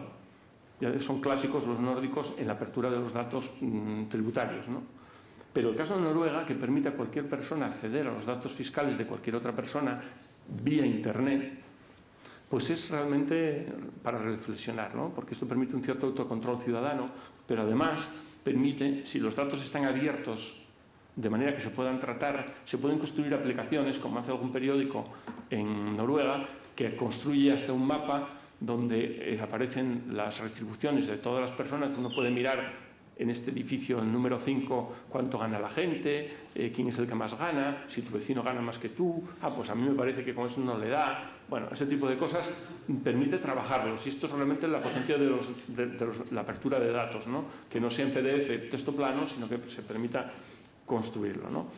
El caso más llamativo de todos, que no deja de ser una anécdota, pero demuestra un poco cómo se hace este tipo de apertura de información a todo el mundo como arma de prevención de la corrupción, es el Auditor General de Canadá. El Auditor General de Canadá, cada vez que hace un viaje o cada vez que invita a un café, cada vez que tiene unos gastos de representación o unos gastos de viaje, pues tiene en su página la obligación de publicarlos, la obligación que se ha impuesto ella, pero que lleva años así. Ya hace 10 años, por primera vez que vi, cuando empezó Internet a funcionar, ya había visto esta página, y uno puede ver perfectamente con quién ha comido, bueno, con quién ha comido, la categoría, de alto cargo, un grupo tal, o cuánto gastó en el alojamiento, cuánto de dietas. Esto es un avance fundamental.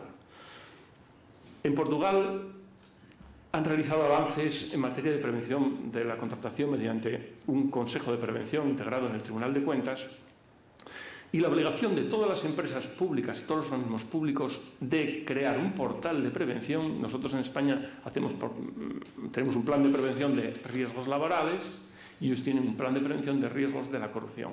Hasta el punto de que tienen 753 planes en todo el sector público, donde aparecen reflejados los riesgos, cuáles son, quiénes son los responsables de evitarlos, etcétera, ¿no? Con sus probabilidades de ocurrencia. A mí esto me parece de lo más avanzado. Y fíjate, son nuestros queridos primos portugueses a los que miramos a veces por encima del hombro. Tenemos muchísimas zonas opacas.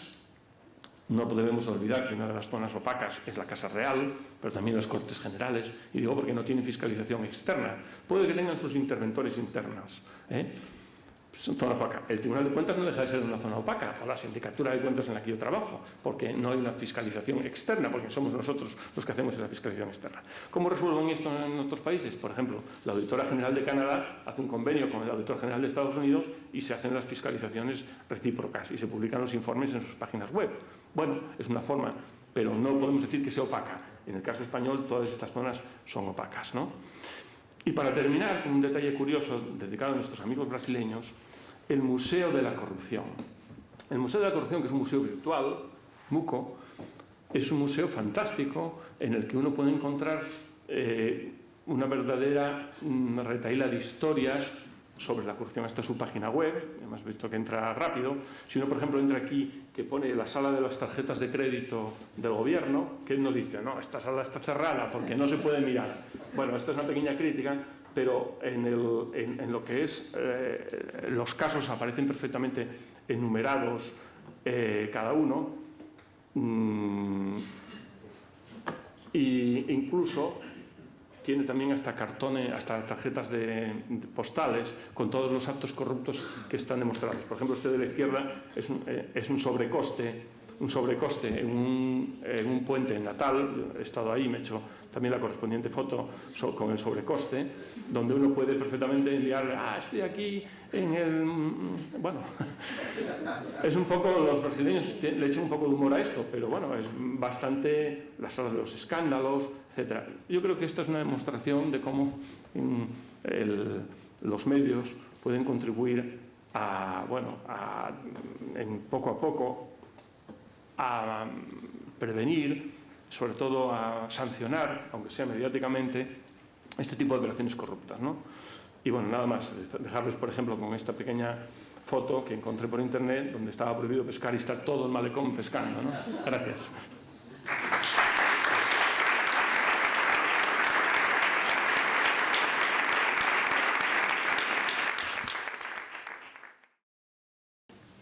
Vamos a tener ahora el placer también de escuchar a José Ramón Chávez. José Ramón Chávez es magistrado del Tribunal Superior de Justicia, especialista en lo contencioso administrativo y también es otro de los funcionarios de verdad, de los que llamo de verdad, de los que acceden por los criterios de mérito y capacidad. Y comenzó también como técnico en la administración local y en la escala técnica de administración universitaria. Fue letrado jefe de los servicios jurídicos de la Universidad de Salamanca y director general de universidades e investigación en el Principado de Asturias. Sus publicaciones son numerosas, ha publicado numerosos libros sobre el derecho autonómico asturiano, sobre organización y gestión de las universidades públicas, los derechos de los ciudadanos ante las administraciones públicas, que nos va a venir muy bien también leer y conocer, y numerosos artículos también de los que se siente especialmente orgulloso, como comentábamos antes, en colaboración con Antonio Arias en el diario económico Expansión, y también es profesor asociado de Derecho Comunitario en la Universidad de Oviedo.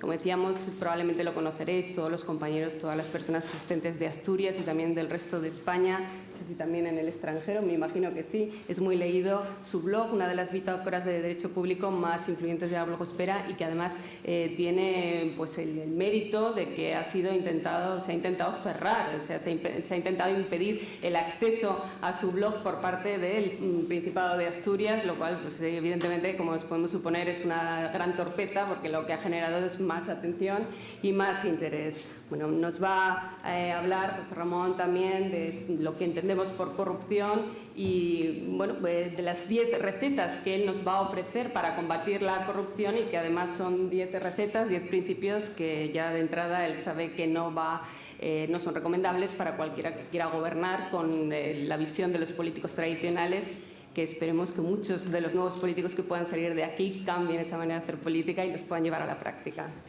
Bueno, muchas gracias por esta amable presentación y por la invitación para estar aquí con vosotros y poder intercambiar experiencias y opiniones. Únicamente una precisión, colocaba como magistrado en el Tribunal Superior de Justicia.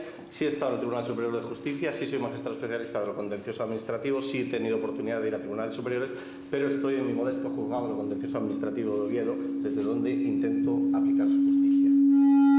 Esto, yo creo que hablar de corrupción, me han encantado las dos ponencias que nos han precedido, sobre todo la visión sociológica ha sido un frescor maravilloso, la que nos ha ofrecido Fernando, me hubiera gustado seguirle oyendo, de verdad. La de Antonio, bueno, ya le conozco y me lo he pasado muy bien. Y me corresponde quizá la labor más ingrata, que es la óptica jurídico-administrativa, pero intentaré aligerarla desde el punto de vista siguiente. Antes, cuando comentaba ahí todos estos cargos que ocupé y demás, lo más bonito, lo más interesante que yo creo que puedo aportar aquí no es mi posición de juez. Los jueces deben hablar como sentencia, los magistrados. Yo voy a hablar, sí, del conocimiento que pueda tener de esta materia, pero más que nada de la experiencia vivida, porque yo es como si hubiera estado en Vietnam, y en Laos y en Camboya, porque he estado en ayuntamientos, en universidades, en la dirección general, he estado de jefe de servicio, he estado en órganos supremos, he estado de consigliere y superior de altísimos cargos, he sido pues, testigo, he estado muy cerca de la bestia. Si la corrupción fuera la bestia, he estado muy cerca de la bestia. No me ha mordido a mí, pero en ocasiones incluso la he visto tan cerca que diría que me alegro de que haya prescrito lo que pueda haber visto. De todos modos, yo intentaré contaros casos reales todos absolutamente, pero me vais a permitir la discreción por mi posición y cargo, aunque cada uno sacará las conclusiones que pueda, de identificar de qué administración se trata. No hay nada, la realidad sabéis que supera la ficción a todo lo que se puede imaginar, y en este caso veréis que hay casos y cosas. Bueno, lo primero que he puesto aquí es la corrupción nunca duerme. Esa frase vi el otro día en la película de Wall Street y ponía el dinero nunca duerme, y digo, hombre, como la corrupción, porque es verdad que, como antes nos han mostrado nuestros amigos y el índice de transparencia internacional y demás, por supuesto que toda organización tiene que tener corrupción. El problema es el de grado, esa es la clave. Hay que disminuir el grado de una organización que tenga, como en España, 80.000 altos cargos y 2,5 millones de funcionarios con sus lógicas tentaciones. Es evidente que tiene que tener algún pequeño grado de disfunción. Pero como la gripe la tienen todos los estados, lo que hay que buscar es que no sea una epidemia, una pandemia, que sea el grado mínimo, que es a lo que hay que buscar. Que, por cierto, viendo el índice que ponías ahí, no encontré el Vaticano. ¿Qué tiene? ¿Cero de corrupción o todo lo contrario? Porque habrá que pensar. Bueno, por eso ponía que la corrupción nunca duerme. O sea, que hay que aceptarlo como un mal menor, pero hay que tender a optimizar, a evitar todos los riesgos y todas las fugas posibles. Esa es la labor. No podemos pensar que la administración es un mundo de cristal y todos somos beatíficos y todos somos legionarios de la verdad y la transparencia. Eso, de verdad, hay que ser realista. O sea, un pesimista bien informado. Pero digo, hay más ruido que nueces. Ahí entra un poco en la línea que apuntaba antes también Fernando, que es verdad que se habla a todo el mundo de la corrupción, hay una percepción a pie de calle, se generaliza, se dice, hasta alguien le quita la goma al coche, está corrupto este policía, se confunde, todos tenemos esa sensación, ese malestar. Pero yo tengo que romper una lanza a favor, de verdad, de la función pública y de las autoridades públicas, las cosas como son. Si decía antes que había 80.000 altos cargos y 2,5 millones de funcionarios, si se dictan actos administrativos, más de 20 millones de actos administrativos al año, de los cuales solo hay 5.000 asuntos contenciosos al año, de los cuales solo llegan ahí, solo se gana 1 de cada 4 por el particular, hay que reconocer que por supuesto que hay distorsiones, perversiones y abusos, pero no estamos en México. No estamos en México, no es esa la percepción, de verdad. Por lo menos yo quería, ese era el mensaje que mandaba ahí, de que nunca duerme, pero que hay más ruido que nueces, a mí modesto e intuitivo entender. Hay distintos grados o tipos de corrupción. ¿Veis ahí unas rosas? He puesto unas rosas porque yo pensaba, bueno, es que la corrupción, claro, se generaliza. ¿Qué es la corrupción? Hombre, técnicamente se dice corrupción, como su propia palabra implica una participación de dos personas. Alguien, el funcionario o la autoridad, y por otra parte un particular, un tercero, con el cual se conchabea, ¿no? Como dicen en Argentina, la corrupción es un tango. Se lo bailan dos siempre, ¿no? Pero se generaliza el uso de la palabra corrupción muchísimo. Yo pensaba y dije, hombre, hay una corrupción blanca y una negra. Entonces me ocurrió, hombre, son como las rosas, que aparentemente la corrupción, cuando no lo descubres, todo funciona muy bien. El alcalde, el alto cargo, las inauguraciones. Cuando lo descubres las espinas. Y ahí viene el problema. Y hay distintos tipos de corrupción, permitirme esta imagen de las rosas. Habría la corrupción blanca, que es la clásica, la habitual, la que no es reprochable, la del cómo va lo mío y el que sea inocente que tira la primera piedra. Que cuando tenga algo en un ayuntamiento, en una administración, ¿a quién conoces? Oye, vamos a moverlo, a preguntar, a verlo, sin ninguna malicia. Alguien me dirá, pues no, hay que ser la santidad hasta el último momento. Pues no, yo tengo que romper una lanza de que esa pequeña corrupción blanca, que no es otra cosa que la flexibilidad, la accesibilidad y la humanización de la administración, la veo admisible. Pero llegamos a la corrupción rosa. Las rosas, como sabéis, es la rosa, simboliza el agradecimiento. Y detrás de muchas pequeñas y grandes corrupciones hay lo que se llama el agradecimiento malentendido. Cuando alguien dice, hace la vista gorda, oye, que estás llevando los coches, Laura, mira, que no me lleven el mío que está mal aparcado, que llega el inspector, oye, lo mío no porque te conozco, el empujón, a ver si me adelantas mi expediente, a ver si el mío de la subvención llega antes. Ahí tiene que haber un reproche grave. Ahí ya entramos en un terreno de una corrupción reprochable, aunque la habrá peor. Cuando se hace la campaña electoral desde el poder, todos asistimos y sabemos que hay periodos electorales en los cuales no hay que utilizar los medios públicos. Y vemos que asisten, pues ahí también hay su corrupción, porque hay un beneficio por una entidad, un partido político que se hace utilizando los medios públicos. Los reparos light de funcionarios de libre designación. ¿Qué quiero decir? Funcionarios de libre designación, y yo lo he sido, pues lo eres, y eres funcionario y te han nombrado de confianza, pero si eres interventor o asesor jurídico de libre designación y tienes esa espada de Damocles de que tienes que asesorar o poner reparos a quien te nombra y es señor de tu vida y hacienda, evidentemente no te va a llevar a decir que lo blanco sea negro, pero te puedes mover en lo gris perfectamente. Y ahí tenemos una pequeña corrupción del sistema. Si tenemos también otros ejemplos, incluso de la vida práctica, vosotros recordáis, cuando veía esto de la corrupción rosa, cuando se fijó el complemento de alto cargo para aquellos que hubieran desempeñado el alto cargo, iban cesando las autoridades, el que hubiera ocupado 2 años el cargo, le reconocían vitalicio un determinado complemento. Para los que no están familiarizados con eso, lo explico así en términos sencillos. Pues bien, la letra de la ley salía muy estrechito las condiciones, 2 años, alto cargo, pero amigo, empezó la aplicación administración a administración, puerta a puerta, comunidad autónoma, ayuntamiento a ayuntamiento, universidad a universidad, y se fue estirando el concepto de alto cargo.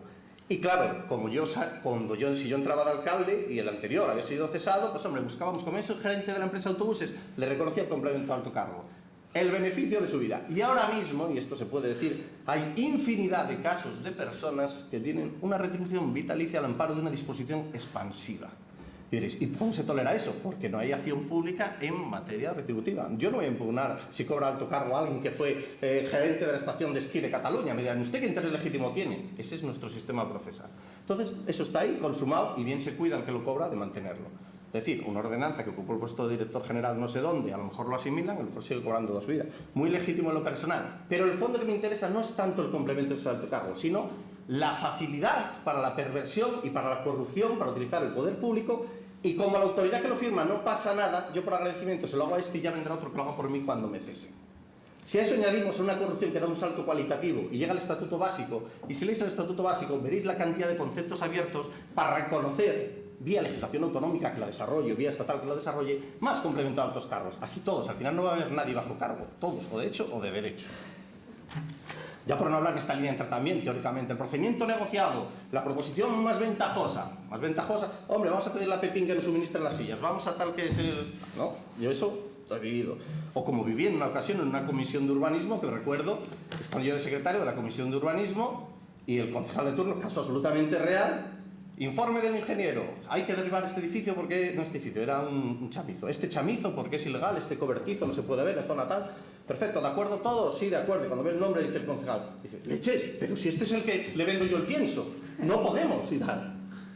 Quedó sobre la mesa el asunto, estará el cobertizo hoy día, ampliado, vivienda, etc. Segurísimo, porque era el que le vendía el pienso al concejal del área. Eso es lo que pasaba.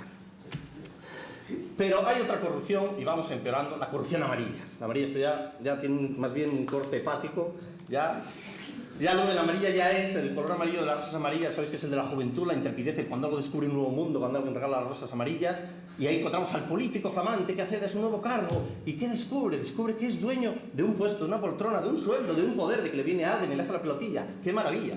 Entonces, es el momento en que descubre el botín electoral, pero si puedo nombrar eventuales, si puedo contratar, si me vienen a hacer propuestas a mí, si tengo una lista de asuntos para decidir si se asfalta esta calle, si se asfalta la otra, si doy el dinero, si lo adjudico, y soy yo el último, el alcalde, el presidente o el consejero, me da igual la autoridad que sea.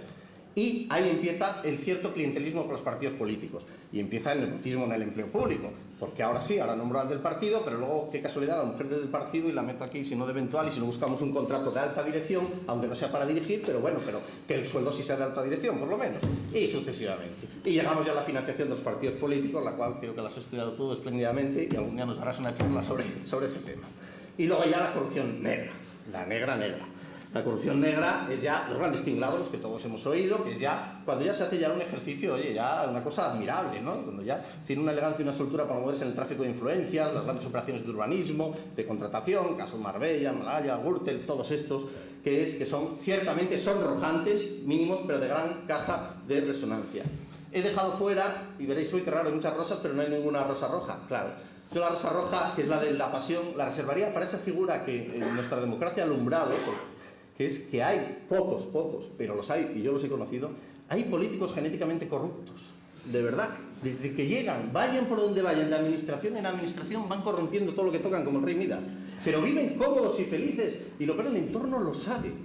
Y yo lo he visto y lo he vivido, de verdad. No pongo nombres y apellidos, son pocos, pero hay que mirarlos como el entomólogo. ¡Uy, qué curioso esto! Pero sobreviven y son cáncer para nuestra administración. Vamos a ver las dimensiones que tiene... No tendrás nada contagioso, Antonio. Vamos a ver las dimensiones. Las dimensiones del fenómeno de la corrupción. Hay 3 factores. Hay un factor personal, un factor social e institucional. Yo esto lo pongo intuitivo, no lo busco en manuales, pero coincide al final con muchas cosas que ha dicho Fernando, que lo ha estudiado con muchísimo mayor rigor que yo. Desde el punto de vista personal, es muy importante cuál es la capacidad de formación que tenga la persona. Eso, sin duda, que conozca, que tenga sus principios éticos más o menos formados, que entienda el mecanismo democrático, que entienda que cuando se entra en una organización pública y se toma posesión, lo que se está es para servir a esa organización, no para que te sirva a ti, que no exista parasitismo, que no se patrimonialice, que ese es un problema. ¿Cuántas veces hemos escuchado a los funcionarios y autoridades que es la casa? Y hablan del ayuntamiento como los de la casa. Tiene un sentido patrimonial, casi gremial y corporativo. Entonces depende mucho también de la formación, de esa visión que se tenga de por qué yo voy a una administración pública como funcionario de autoridad, qué voy a hacer, qué voy a servir, para qué juro y prometo un cargo y la lealtad.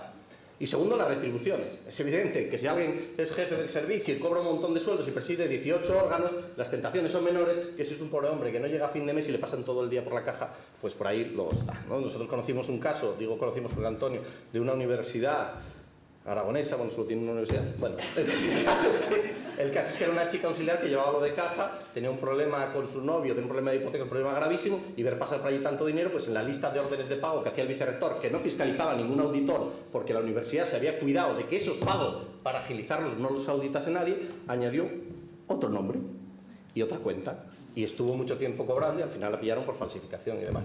Pero bueno, y era el crimen perfecto y se afloró al final, ¿no? Pero bueno, es una anécdota de a lo que se puede llegar. El derecho punitivo y las incompatibilidades. Habrá que ver cómo está regulado en el ordenamiento, luego me detendré en aspectos muy concretos. ¿Cómo está regulado? Pues las tres patas, el derecho disciplinario de los funcionarios, el régimen de incompatibilidades y la legislación penal a la que me referiré posteriormente. Luego, la legislación sobre transparencia, fundamental. Un Estado, una administración opaca, es una administración sospechosa y probablemente con razón. Por lo tanto, todo lo que se camine a la transparencia sea bienvenido. Me comentaba Antonio Ares el otro día que había un anteproyecto de transparencia que lo anunció y lo leímos en El País, que salía y lo buscábamos por todos los sitios, por Google, era tan transparente que no lo encontramos. Pero fíjate, ¿dónde está el proyecto tan transparente que no lo ves? Digo, claro, Antonio, es que no lo vemos, porque es transparente. Claro, eso es lo que pasa. ¿Cuáles son las dimensiones del teatro de la corrupción? Las dimensiones del teatro de la corrupción. Bueno, lo primero, el motivo, la condición humana y la condición humana y la presunción de buena fe y honestidad de los cargos públicos. Sí, presumimos la buena fe de los cargos públicos, pero mire, la condición humana está ahí, los 7 pecados capitales están ahí, tiene su manifestación en la avaricia, la codicia o la soberbia del político que quiere más influencia o el que quiere más dinero. Y nadie está libre. Yo puedo contar una anécdota absolutamente realísima. Antonio me la ha ido a contar porque lo viví, me quedé perplejo y la voy a decir porque tiene sus matices, sin decir a quién se refiere. Se trata de una administración que concierta o pretende crear un centro de estudios hispano en un país sudamericano y nada menos que el embajador de ese país hispanoamericano pues se muestra muy interesado en que se cree una fundación por parte de esta administración en la cual va a cofinanciarla la administración matriz española y por supuesto la embajada y el Estado. Bien, allí acudo yo de aquella época, asesor jurídico, con unos estatutos de un patronato muy claritos, muy explicados, con su organización, con sus garantías, todo muy preciso, allí los 80 artículos trabajados, acudo yo allí con mi corbatina, jovencín, allí a la embajada, todo aquello, tal. Y entonces, pues, me siento allí con el embajador, el grado cultural, los 3 asesores, y ponemos allí el borrador. Él me va a pedir que se los ponga, no voy a decir que Estado era embajador, pero se lo leí a ritmo de samba, ¿no? Entonces le fui diciendo, bueno, mire, el estatuto tiene esto, tiene esta composición, este objetivo, no sé, se va a crear este centro como una rama, podemos crear un organismo autónomo, vamos a hacer una fundación que soporte a este centro. Y cuando acaba, dice, muy bien, dice, ¿dónde estoy yo? Y digo, ¿perdón? No, ¿que dónde estoy yo? Y le digo al embajador, aquí, hombre, mire, en el patronato, dice, miembro. El embajador del Estado de tal será miembro nato del patronato y tendrá 3 ocasiones, irá a la sede de España, con los gastos pagados por la fundación, evidentemente 3 veces al año, como mínimo en las sesiones ordinarias.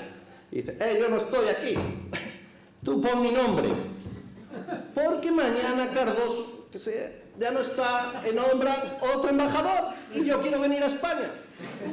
Y entonces tú pones mi nombre y hablamos de dinero. No importaba ni los fines de la fundación, ni esto, ni lo otro más allá. Nada. En este país, que no sabemos cuál es, hay unos estatutos y hay un ex embajador que ahora mismo está volando a lo mejor a alguna sesión de la Unión. Esto es un caso real, pero ¿cuántos habrá? ¿Cuántos? Bien. Siguiente, el motivo ese, la coartada, la discrecionalidad. Mire, yo en sentencias no se imagina usted la cantidad de veces que he aplicado el decir, lo siento, todos sus alegatos que usted me dice y tal, están muy bonitos, muy fundados, me convencerían tomando un café, pero como soy juez y tengo que aplicar las normas, en esto la ley ha confiado en la discrecionalidad de la Administración, que no es arbitrariedad. La discrecionalidad es que la ley confía en que el Tribunal de la Administración seleccione el opositor mejor, que seleccione la empresa más ventajosa para la subvención. La ley confía en que la Administración es discrecional para decir si aquí hay que hacer 8 casas y aquí 2, si por aquí tiene que pasar la carretera o por allí.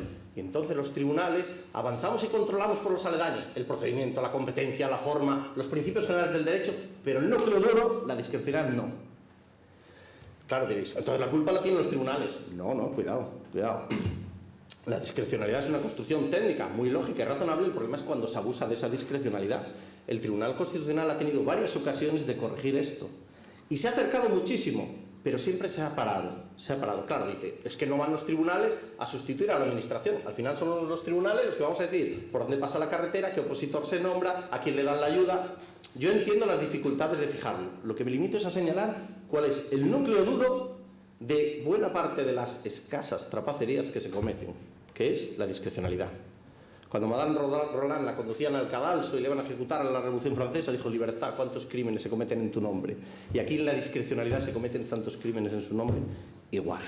Claro, nosotros lo separamos conceptualmente de arbitrariedad, pero bueno, la frontera entre uno y otro, si le quitamos el ropaje formal, a ver quién la distingue. Bien, ¿cuál es el refugio del corrupto? Otros 2 comodines muy bonitos, el que lea sentencias o derecho: la potestad de autoorganización y la autonomía. Si alguien recurre y dice, la ley dice, bueno, una administración tiene que organizarse, hay que dejar que organice su casa, que cree órganos, que le ponga un nombre, ¿qué tal? Entonces, la norma dice, la potestad de autoorganización tendrá que ejercerla la autoridad legítima democráticamente. No deberá ejercerla cada ciudadano, ni cada funcionario, ni el que tenga interés. Quien está llamado legalmente para diseñar su casa serán las propias autoridades, claro.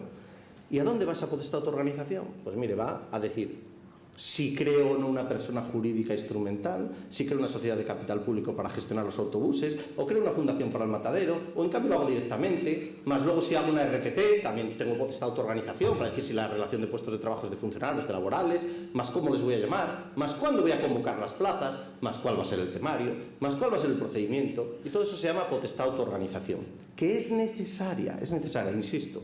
Yo estoy diciendo las raíces de dónde está el problema de los abusos.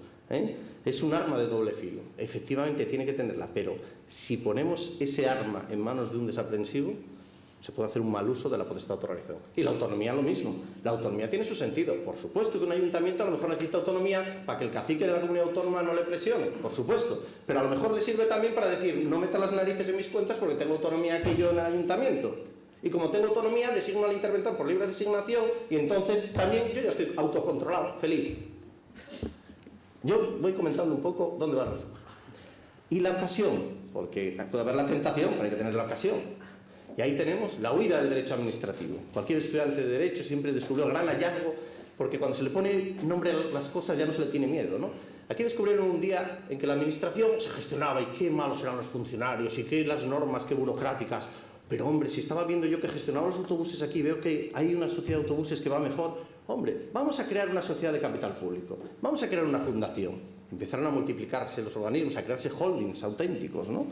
Entonces, claro, sobre texto de huir del derecho administrativo, ¿qué pasa? Que se están gestionando intereses públicos con formas privadas. Y puede que la cosa salga bien o salga mal. Por ponerlo con una imagen para el que no está familiarizado con esto, esto es como si decimos que el Estado transporte explosivos con un camión. Pero eso sí, como son explosivos, porque hay interés público, unas normas van a regular el transporte de explosivos. Que no lo haga ningún particular, que lo haga el Estado. Que tenga señales de prohibido, que lleve el cinturón de seguridad, que tenga unas luces fluorescentes y que no circule a más de 70 por hora. Pero amigo, llegan un día, nombran a alguien director del Centro de Transporte Explosivos y dice, hombre, pero si veo yo que los de Alsa van más rápidos y los de allá y tal. Voy a crear una sociedad para transportar los mismos explosivos, pero mira, no va a haber limitación de velocidad y ahorramos y llegamos antes. En vez de llevar 2 conductores, vamos a llevar 1 y nos ahorramos los extintores. Y va a toda velocidad y funciona, el mecanismo funciona, pero algún día no va a funcionar. Ese es el problema, de que las normas públicas están para una garantía y si tú tomas atajos, le pones a un traje privado, a unos intereses públicos, el riesgo aumenta. Se me dirá, sí, pero la estructura burocrática no hay quien la mueva y es rígida. No estamos en el siglo XIX. Hoy día, desde la administración centralizada y concentrada, hay supuestos en los cuales de actividades genuinamente privadas en los que hay que acudir a sociedades instrumentales, Pero hay otros en que, desde luego, esto se ha generalizado y esto es un absurdo. ¿El absurdo cómo se revela? Si hay 8.000 ayuntamientos en España, si hiciéramos un esfuerzo de clasificar, oye, pues mira, por la geografía, los intereses, la economía, igual llegábamos a 20 tipos. Montamos la plantilla de unos tendrán 8 sociedades, uno tendrá 2, otro 15 fundaciones, uno 200 directores generales. O sea que hay una dispersión. ¿Qué quiere decir eso? Que hay distintos niveles de eficacia al albur del criterio político, que en vez de guiarse por pautas racionales, como se permite la huida del derecho administrativo, pues bueno. Claro, luego está lo que se ha llamado la persecución del derecho administrativo, que es desandarlo andado, y llega entonces la mano de Europa. Y Europa, oiga, la contratación, que está, no, tiene que hacerla así. Y nosotros, tejiendo y destejiendo como Penélope, porque es algo que anticipo, jugamos al ratón y al gato con Europa, ¿no? La acción pública limitada, os decía antes. La acción pública, sabéis que es la posibilidad de acudir a los tribunales de lo contencioso e impugnar lo que está mal, ¿no? Entonces, la acción pública la hay en urbanismo, entonces hay unas asociaciones que combaten e intentan, menos mal que hay acción pública en urbanismo, porque si no, la mitad de los escándalos no saldrían. En materia de función pública, afortunadamente, el Tribunal Constitucional ha dado un paso adelante. En materia de función pública, hasta hace 2 años, pues ya me podía yo enterar de que en Barcelona daban todas las plazas a dedo, que si lo impugnaba me decía la Sala de lo Contencioso de Barcelona, usted no está legitimado. Oiga, pero entonces ¿quién está? No va a recurrirlo el beneficiado. Ah, pero será un competidor. Ya, pero un competidor no va a participar porque está hecho con el retrato robot de esta persona. ¿Cómo va a participar uno si la plaza está predeterminada para esto?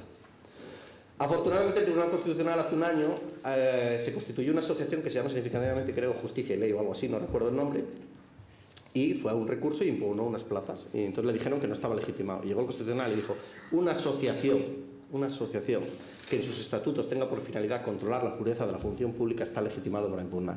Y a partir de ahí, pues bueno, ya, oye, por lo menos ya no es esa opacidad, esa impunidad, porque de la que se ha beneficiado todos estos años la función pública española. Y lo de muchas cañas pescando tiburones. Yo es que yo veo que sí, que hay sindicaturas de cuentas muy dignas donde está Antonio y además está el Tribunal de Cuentas del Estado y además hay interventores y además hay auditores y además hay defensores del pueblo y además hay controladores. Sí, muchos con la red, pero aquí los grandes escuadros, ya cuando se le pilla, ya rompen la red encima, destrozan todo. Es una cosa llamativa,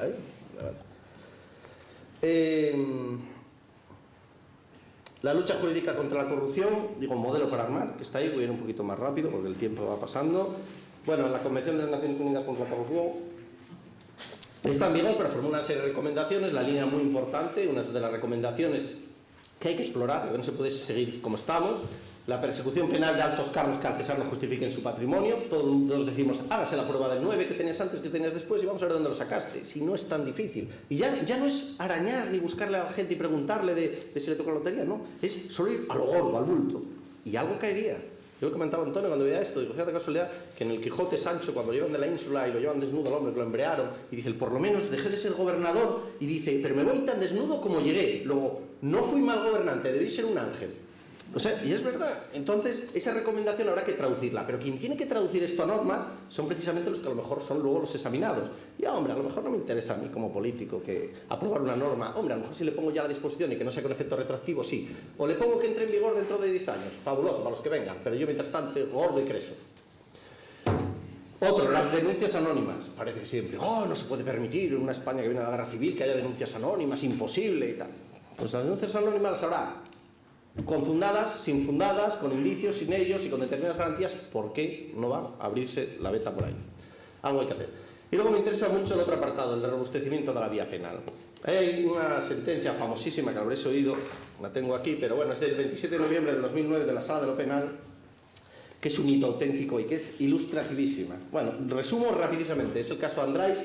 Es sencillamente, fijaros qué ejercicio, qué temerosos estaban de la norma el alcalde de Andráis, se puede decir, porque es verdad, porque el alcalde de Andráis pide licencia a su propio ayuntamiento para construir un cobertizo para gallinas y conejos, lo informan favorable y luego empiezan las denuncias, y cuando empiezan las denuncias, claro, es que hace hasta gracia, ¿no? Bueno, el tío se construyó un chalet y todas esas cosas, ¿no? Pero cuando construyó el chalet, televisión y todo lo tenía allí y le denuncian, es muy bueno porque aquí en los antecedentes digo, no puede ser. Dice, una vez iniciado el procedimiento judicial, entonces claro, el tío a toda velocidad dice, oye, que tenemos 2 años de pleito, y dice, el acusado efectuó diversas alteraciones en el chalet construido, como sacar un frigorífico, una cama, un armario, una encimera, unos cuadros, introdujo unos bidones con pienso, encargó sacos de avena, cebada y algarrobas, dejó el inmueble con notable suciedad, sacó unas baldosas del suelo de la cocina para instalar un sumidero para que pareciera de un ingeniero agrónomo, y llenó el altillo de paja, y colocó una jaula con pollos, y además arrancó los enchufes y la instalación de toma de televisión.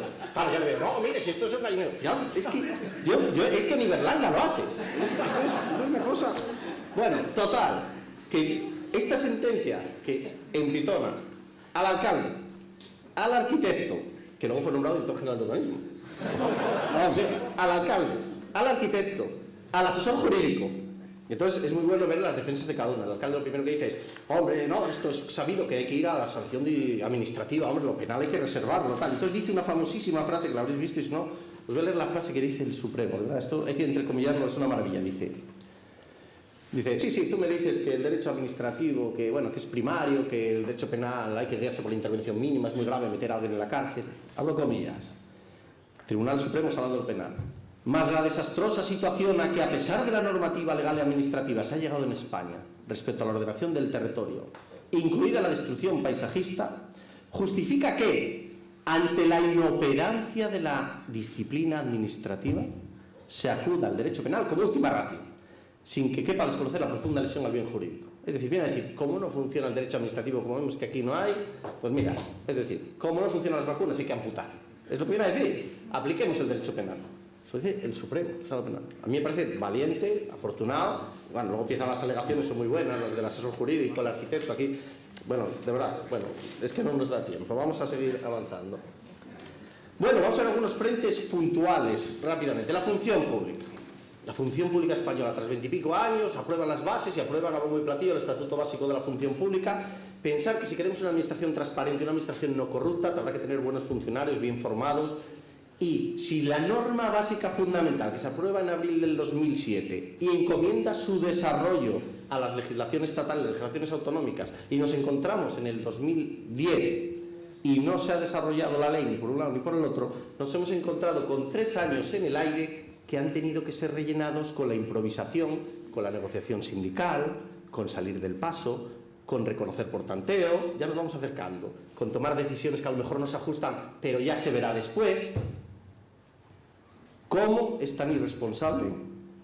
Vamos a llamar al legislador, como debe ser ese señor, el legislador que nadie conocemos, somos nosotros. Es el legislador que abandonó a su suerte este estatuto y ha sembrado un semillero total de problemas. ¿Por qué? Porque podía haber zanjado el tema de si había funcionarios y laborales, lo dejó en el aire, siguen entrando por un lado. Eso sí, metió una disposición para que los temporales se consoliden como laborales, luego ya pasarán a funcionarios y luego ya tiro porque me toca. Entonces, me parece tristísimo, lo he denunciado muchas veces por escrito, de que me parece terrible, terrible que pueda haberse aprobado una norma con tanto aplauso y que se haya quedado ahí abandonada, parcheada. Pongo ahí el caso del coladero de entes descentralizados para contar un caso de cada uno de estos supuestos. Caso absolutamente real, absolutamente reciente, referido a una comunidad autónoma. La comunidad autónoma se encuentra con que hay crisis económica y que tiene cientos de fundaciones y sociedades de capital público. Con bastante gente por allí, ¿no? Afines y no afines. Bueno, hay muchas fundaciones. No voy a decir de qué comunidad autónoma es, ¿no? Pero bueno, hay muchas fundaciones. Hay fundaciones, pues oye, de la cultura, del flamenco, en fin, muchas cosas. Total, que esta comunidad autónoma se encuentra que con la crisis económica tiene que sacar adelante sus presupuestos, tiene que sacar adelante y se encuentra con que algo habrá que hacer con las personas si extinguen las sociedades. ¿Y qué hace esta comunidad autónoma desconocida? Pues lo que hace es aprobar un decreto ley en cuya virtud se integran, todos se vuelcan a la comunidad autónoma, como personal laboral, como funcionario, comisión de servicio, como personal laboral directamente, claro. Esto es como una barca cuando un barco se hunde. Los que están en la balsa no subáis, los otros quieren subir, ¿no? Entonces los que están dentro impugnan, dicen, oiga, que no vengan todos estos que no han entrado con publicidad, mérito y capacidad, y además llevan la mancha de Caín. ¿Por qué? Porque los habrá justos y buenos que han entrado por procedimientos objetivos, pero habrá muchos que habrán entrado como han entrado, en fundaciones y sociedades. Y evidentemente es de nacidos ser bien agradecidos. Y evidentemente, una vez que entran en la administración grande, pues luego ya veremos a qué puestos van. Pero la maquinaria judicial no descansa y controla todo. Podemos estar tranquilos que tenemos el mejor sistema judicial del mundo. Cuando se impugna este decreto ley ante el Tribunal Superior de Justicia de esta comunidad autónoma, dice el Tribunal Superior, uy, si lo han hecho por decreto ley, entonces esto no es competencia del Tribunal Superior, esto es del Constitucional. Ah, no, entonces, esto para el Constitucional. Como nuestro Constitucional va muy rápido resolviendo. Buena prueba de ello es el reciente Estatuto catalán. Bueno, vamos a ponernos en un escenario que, si tenéis la fortuna de invitarme antes de mi jubilación, pues podremos ver el desenlace de la sentencia, quizá, posiblemente, mientras todos aquellos están integrados y danzando por ahí. A mí esto me parece que hace aguas por algún lado. Yo no puedo culpar al Tribunal Superior de Justicia porque actúa con arreglo a las normas, pero desde luego alguien tendrá que cambiar las normas. Yo parece que estoy viendo a la deliberación en el Consejo de Gobierno y al consiliere de turno diciéndole: no lo hagas por decreto, que te lo impugnan a lo contencioso. Un decreto ley, hombre, venga, que cuela, y ya como la competencia se va, ¡ah, fenomenal! ¿No? Entonces se va nada, y de aquí a que resuelvan, para entonces ya estar lejos, fabuloso. Esto es la realidad, esto no es ciencia ficción, ¿eh? Caso real. El decreto se publica a finales de julio. No nocturnidad, porque ya es verano casi, pero en el BOE, ¿eh? Bueno. Contratación, decís que antes os decía lo de jugar al gato y al ratón. Si alguien se ha repasado a preparar unas oposiciones, se pasa la vida estudiando leyes de contratos públicos y cambios, y cada una más bonita y cada una más compleja. Y siempre la Unión Europea dándonos palos. Oiga, que usted no desarrolla. Es verdad que se ha avanzado mucho, y vamos avanzando, pero vamos siempre al remolque, nos intentamos escapar al traje. Ya nos pueden decir publicidad y concurrencia, ya nos pueden decir que no tengamos sociedades instrumentales, ya nos pueden decir, sí, vamos ajustándonos, pero nos resistimos. Pongo ahí, el caso de la contratación irregular y el bálsamo de la doctrina de enriquecimiento injusto, un clásico. Si hay una contratación irregular, si un alcalde, cualquiera, le dice a un amiguete: oye, que tú tienes una empresa para suministrar folios en la librería, te lo doy a dedo. Oye, pero que hay 80 libreros que lo hacen más barato y tal. Pero tú eres mi amigo, hombre, tú ven para allá y tal, y lo hacemos por negocio y lo vamos a fraccionar en 8 contratos. Bueno, blas. Y se le adjudica. Y llega el competidor y lo impugna ante el salón. Oiga, que este, mire, se lo ha adjudicado a este sin publicidad ni concurrencia y hasta sin crédito. Pongamos que sin crédito, fijaros, lo peor que pueda haber. Llega a la sala de lo contencioso, el juzgado de lo contencioso su día y dice: efectivamente, esto es nulo, este contrato es nulo. Fuera. Y diréis: bueno, ya está. Bueno, el alcalde dice: bueno, nulo, ya está. Y dirá el contratista: pero yo, pobre hombre, yo el servicio lo he prestado porque he entregado los folios y los libros, tendré que cobrarlo. Y todos los tribunales aplicamos la doctrina: bueno, se produciría un enriquecimiento injusto si la administración se quedara sin pagar, entonces páguese. Entonces, salvo algún supuesto en el cual se levanta el velo y se le dice, porque ya lo dice, ¿no? Dice que es usted culpable, usted se conchabeó, pero normalmente no suelen decir que se conchabearon. Lo que suele pasar es que sale el alcalde que hizo el conchabeo con él, entra un nuevo alcalde, el nuevo alcalde no quiere pagar al otro diciendo que era nulo el contrato, y este es el que dice: me voy al tribunal que me lo da por enriquecimiento injusto. Y nosotros vamos y le decimos: páguesele. No es ciencia ficción. Entonces, la realidad. Yo insisto mucho en que cuando los tribunales, y esto me interesa mucho dejarlo muy claro, de verdad, es muy fácil decir antes la opinión pública: bueno, no funcionan los jueces, también está corrupto todo. No, los jueces aplican las leyes, de verdad. A mí que me cambien la ley y yo aplicaré la ley. Lo que no puedo es ir más allá. Las leyes interpreta y aplica, intentas arrimarte a la justicia, que es tu meta, pero dentro del cauce legal. El que no quiere cambiar la ley es el legislador, es que no le interesa. Y muchas veces el legislador, como estudio básico, no lo desarrollo, que lo resuelvan los jueces. O hago unas redacciones endemoniadas para que los jueces lo resuelvan, y ya veremos, porque son temas delicados. Y a lo mejor apruebo una ley que digo: hágase A sin perjuicio de B y teniendo en cuenta las competencias de C, y te quedas patidifuso. ¿Y quién lo resuelve? El juez. Y el juez, si te da la razón, bien, y si no te la da, pues ese es el malo, y además lo voy a generalizar, y todos los demás son corruptos. Ese es el... En urbanismo, ya sé, ya vamos. Te puedo corromper un poco. Luego os pediré disculpas, pero me han dicho que el control de la política es más complicado, el de los tiempos, luego en el debate ya Muy bien, seguimos en el debate. En urbanismo, solamente, si se va a atrever el Estado a dictar... Bueno, el urbanismo ha sido la gran fuente del despropósito. Aquí llegó un buen día al Tribunal Constitucional y se le ocurrió decir que las competencias del urbanismo que les podía traer cada comunidad autónoma y que el Estado se quedaba sin territorio. A partir de ahí... De allí fue la madre de todos los desmanes. Cada comunidad autónoma aprobó sus leyes, los arquitectos no saben el nombre de los planes según la comunidad autónoma que están. Bueno, terrible. Hay que ir marcha atrás, pero leyes de armonización. ¿El Estado aprobó una ley de armonización? Si la única que lanzó fue la LOAPA en el año 82 y le dio un viaje al Tribunal Constitucional que dijo: no vuelvo a aprobar leyes de armonización que usted no sabe. Entonces, no hay valor para aprobar lo que se pide a gritos, una ley de armonización en urbanismo. Aunque yo soy de los que piensa que los cambios normativos hay que hacerlo en situaciones de emergencia. Estamos en situación de crisis, ahora es cuando se aguantaría una ley de armonización, creo. Bueno, las competencias de planeamiento a las comunidades autónomas, pues sí, porque pagarán justos por pecadores, pero lo cierto es que hay ayuntamientos que han hecho con los planes de urbanismo papiroflexia personal. Entonces, no. Entonces, pues habrá que quitarlas a todos. Como decir, mira, si no sabéis jugar como niños, fuera, que las tenga la comunidad autónoma. Que usted gestione y dé licencias, pero no tenga... Bueno, obras ilegales, legalización posterior. Esa casuística ya. ¿Cuántas sentencias hemos visto? ¿Cuántas?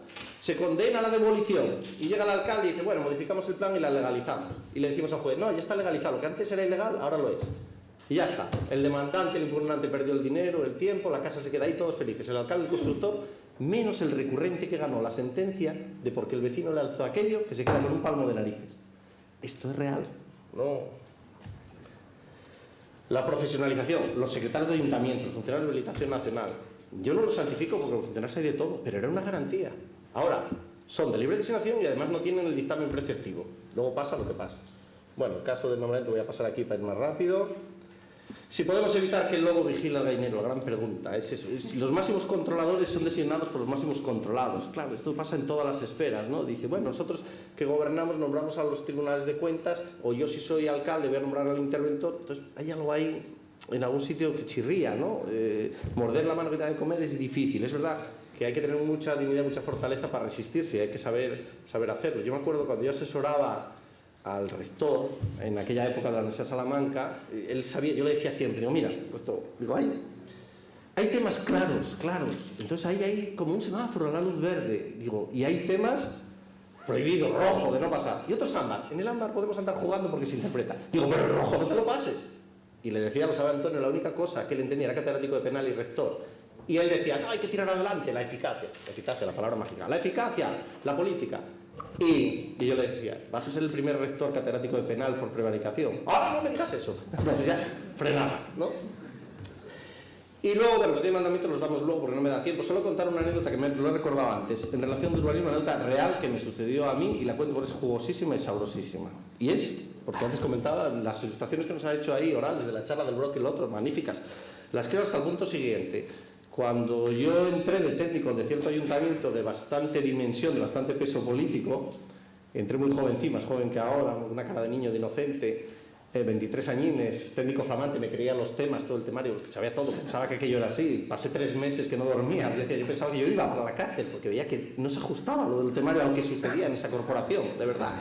La distancia entre lo real, lo vi, no sé, era un desasosiego, luego ya te vas curtiendo, y ya, oye, ya... Pero bueno, lo curioso fue esto. Entonces el concejal de urbanismo, claro, yo el jefe del área de urbanismo, entonces el concejal de urbanismo, que era pescadero, para una formación... Lo digo porque también hay que tener osadía para poner un área de urbanismo, unas operaciones sin tal, o para opinar, lo digo en ese sentido, no la noble arte de la pesca. Bueno, este muchacho, ya de edad, entonces un día llega un constructor y un aparejador, creo. Y estaba yo explicándoles nada, esto presentan ustedes el proyecto por aquí, por allí, tal y cual, no sé cuánto, esto tiene estos trámites, lo otro, se lo expliqué, lo que mandaba la norma, nada. Yo al fin y al cabo era el técnico. Ay, amigo, voy a aparecer por ahí al concejal, de lado a lado, con su bigote ahí, y dice, Chávez, hombre, ¿qué tal? X. Y dice, ¿quiénes son estos señores? Y digo, pues mira, son un constructor y tal, que van a edificar aquí, que vinieron, construyeron en su día no sé dónde, vienen aquí y tal. Pues estás explicándolo mal. Hablaba Bable, es que la cosa tiene perendengues. Dice, estás explicándolo mal, Chávez. Voy a decir por qué lo digo en Bable luego, Dice, porque, mira, tú puedes explicárselo como técnico y decirle, ustedes presentan el proyecto por el registro y va a informe de tasas y después de las tasas pues va al arquitecto, pero no le dices que luego va a una comisión de urbanismo que da la casualidad que presido yo. Y si la presido yo, a lo mejor se para por no haberlo hablado. O a lo mejor el tema lo manejamos por otros cauces que sale antes. Pero si no hablan conmigo, sale después. Bueno, esto se quedan patidifusos. Yo me pongo colorado, digo, mire, preséntelo por el registro, no hagan caso de esto, no puede ser esto, ¿verdad? Y tal. Se me cabrea el concejal y dice, Chávez, estás metiéndote a técnico, no te metas a político. Y le digo yo, ¿y tú político no te metes a técnico? Por eso le digo lo del Bable, ¿no? Bueno, el cabreo fue monumental. Después de este incidente me fui a ver al alcalde, que ya falleció, por cierto, muy conocido y una buena persona. Y se lo conté. Yo soy muy joven para prevaricar, yo esto no puedo verlo. Yo esto no lo entiendo, se lo expliqué, pum, pum, pum. Y dijo, me han llegado más noticias, más tanta. Entonces lo que hizo el ayuntamiento, esto es real, no salió en la prensa, pero es real. Fue poner unas grabaciones y llevarle un señuelo, llevaron otro señuelo de constructor y cayó como un pipiolo. Y al cabo de 2 meses dimitió por motivos de salud personales, que no salieron a la prensa porque tenía pacto de gobierno con el equipo gobernante. Esto no es una fábula, esto es la realidad. Bueno, y no entro en los 10 mandamientos contra la corrupción porque no me deja tiempo la moderadora. Entonces, muchas gracias por vuestra atención y perdonad.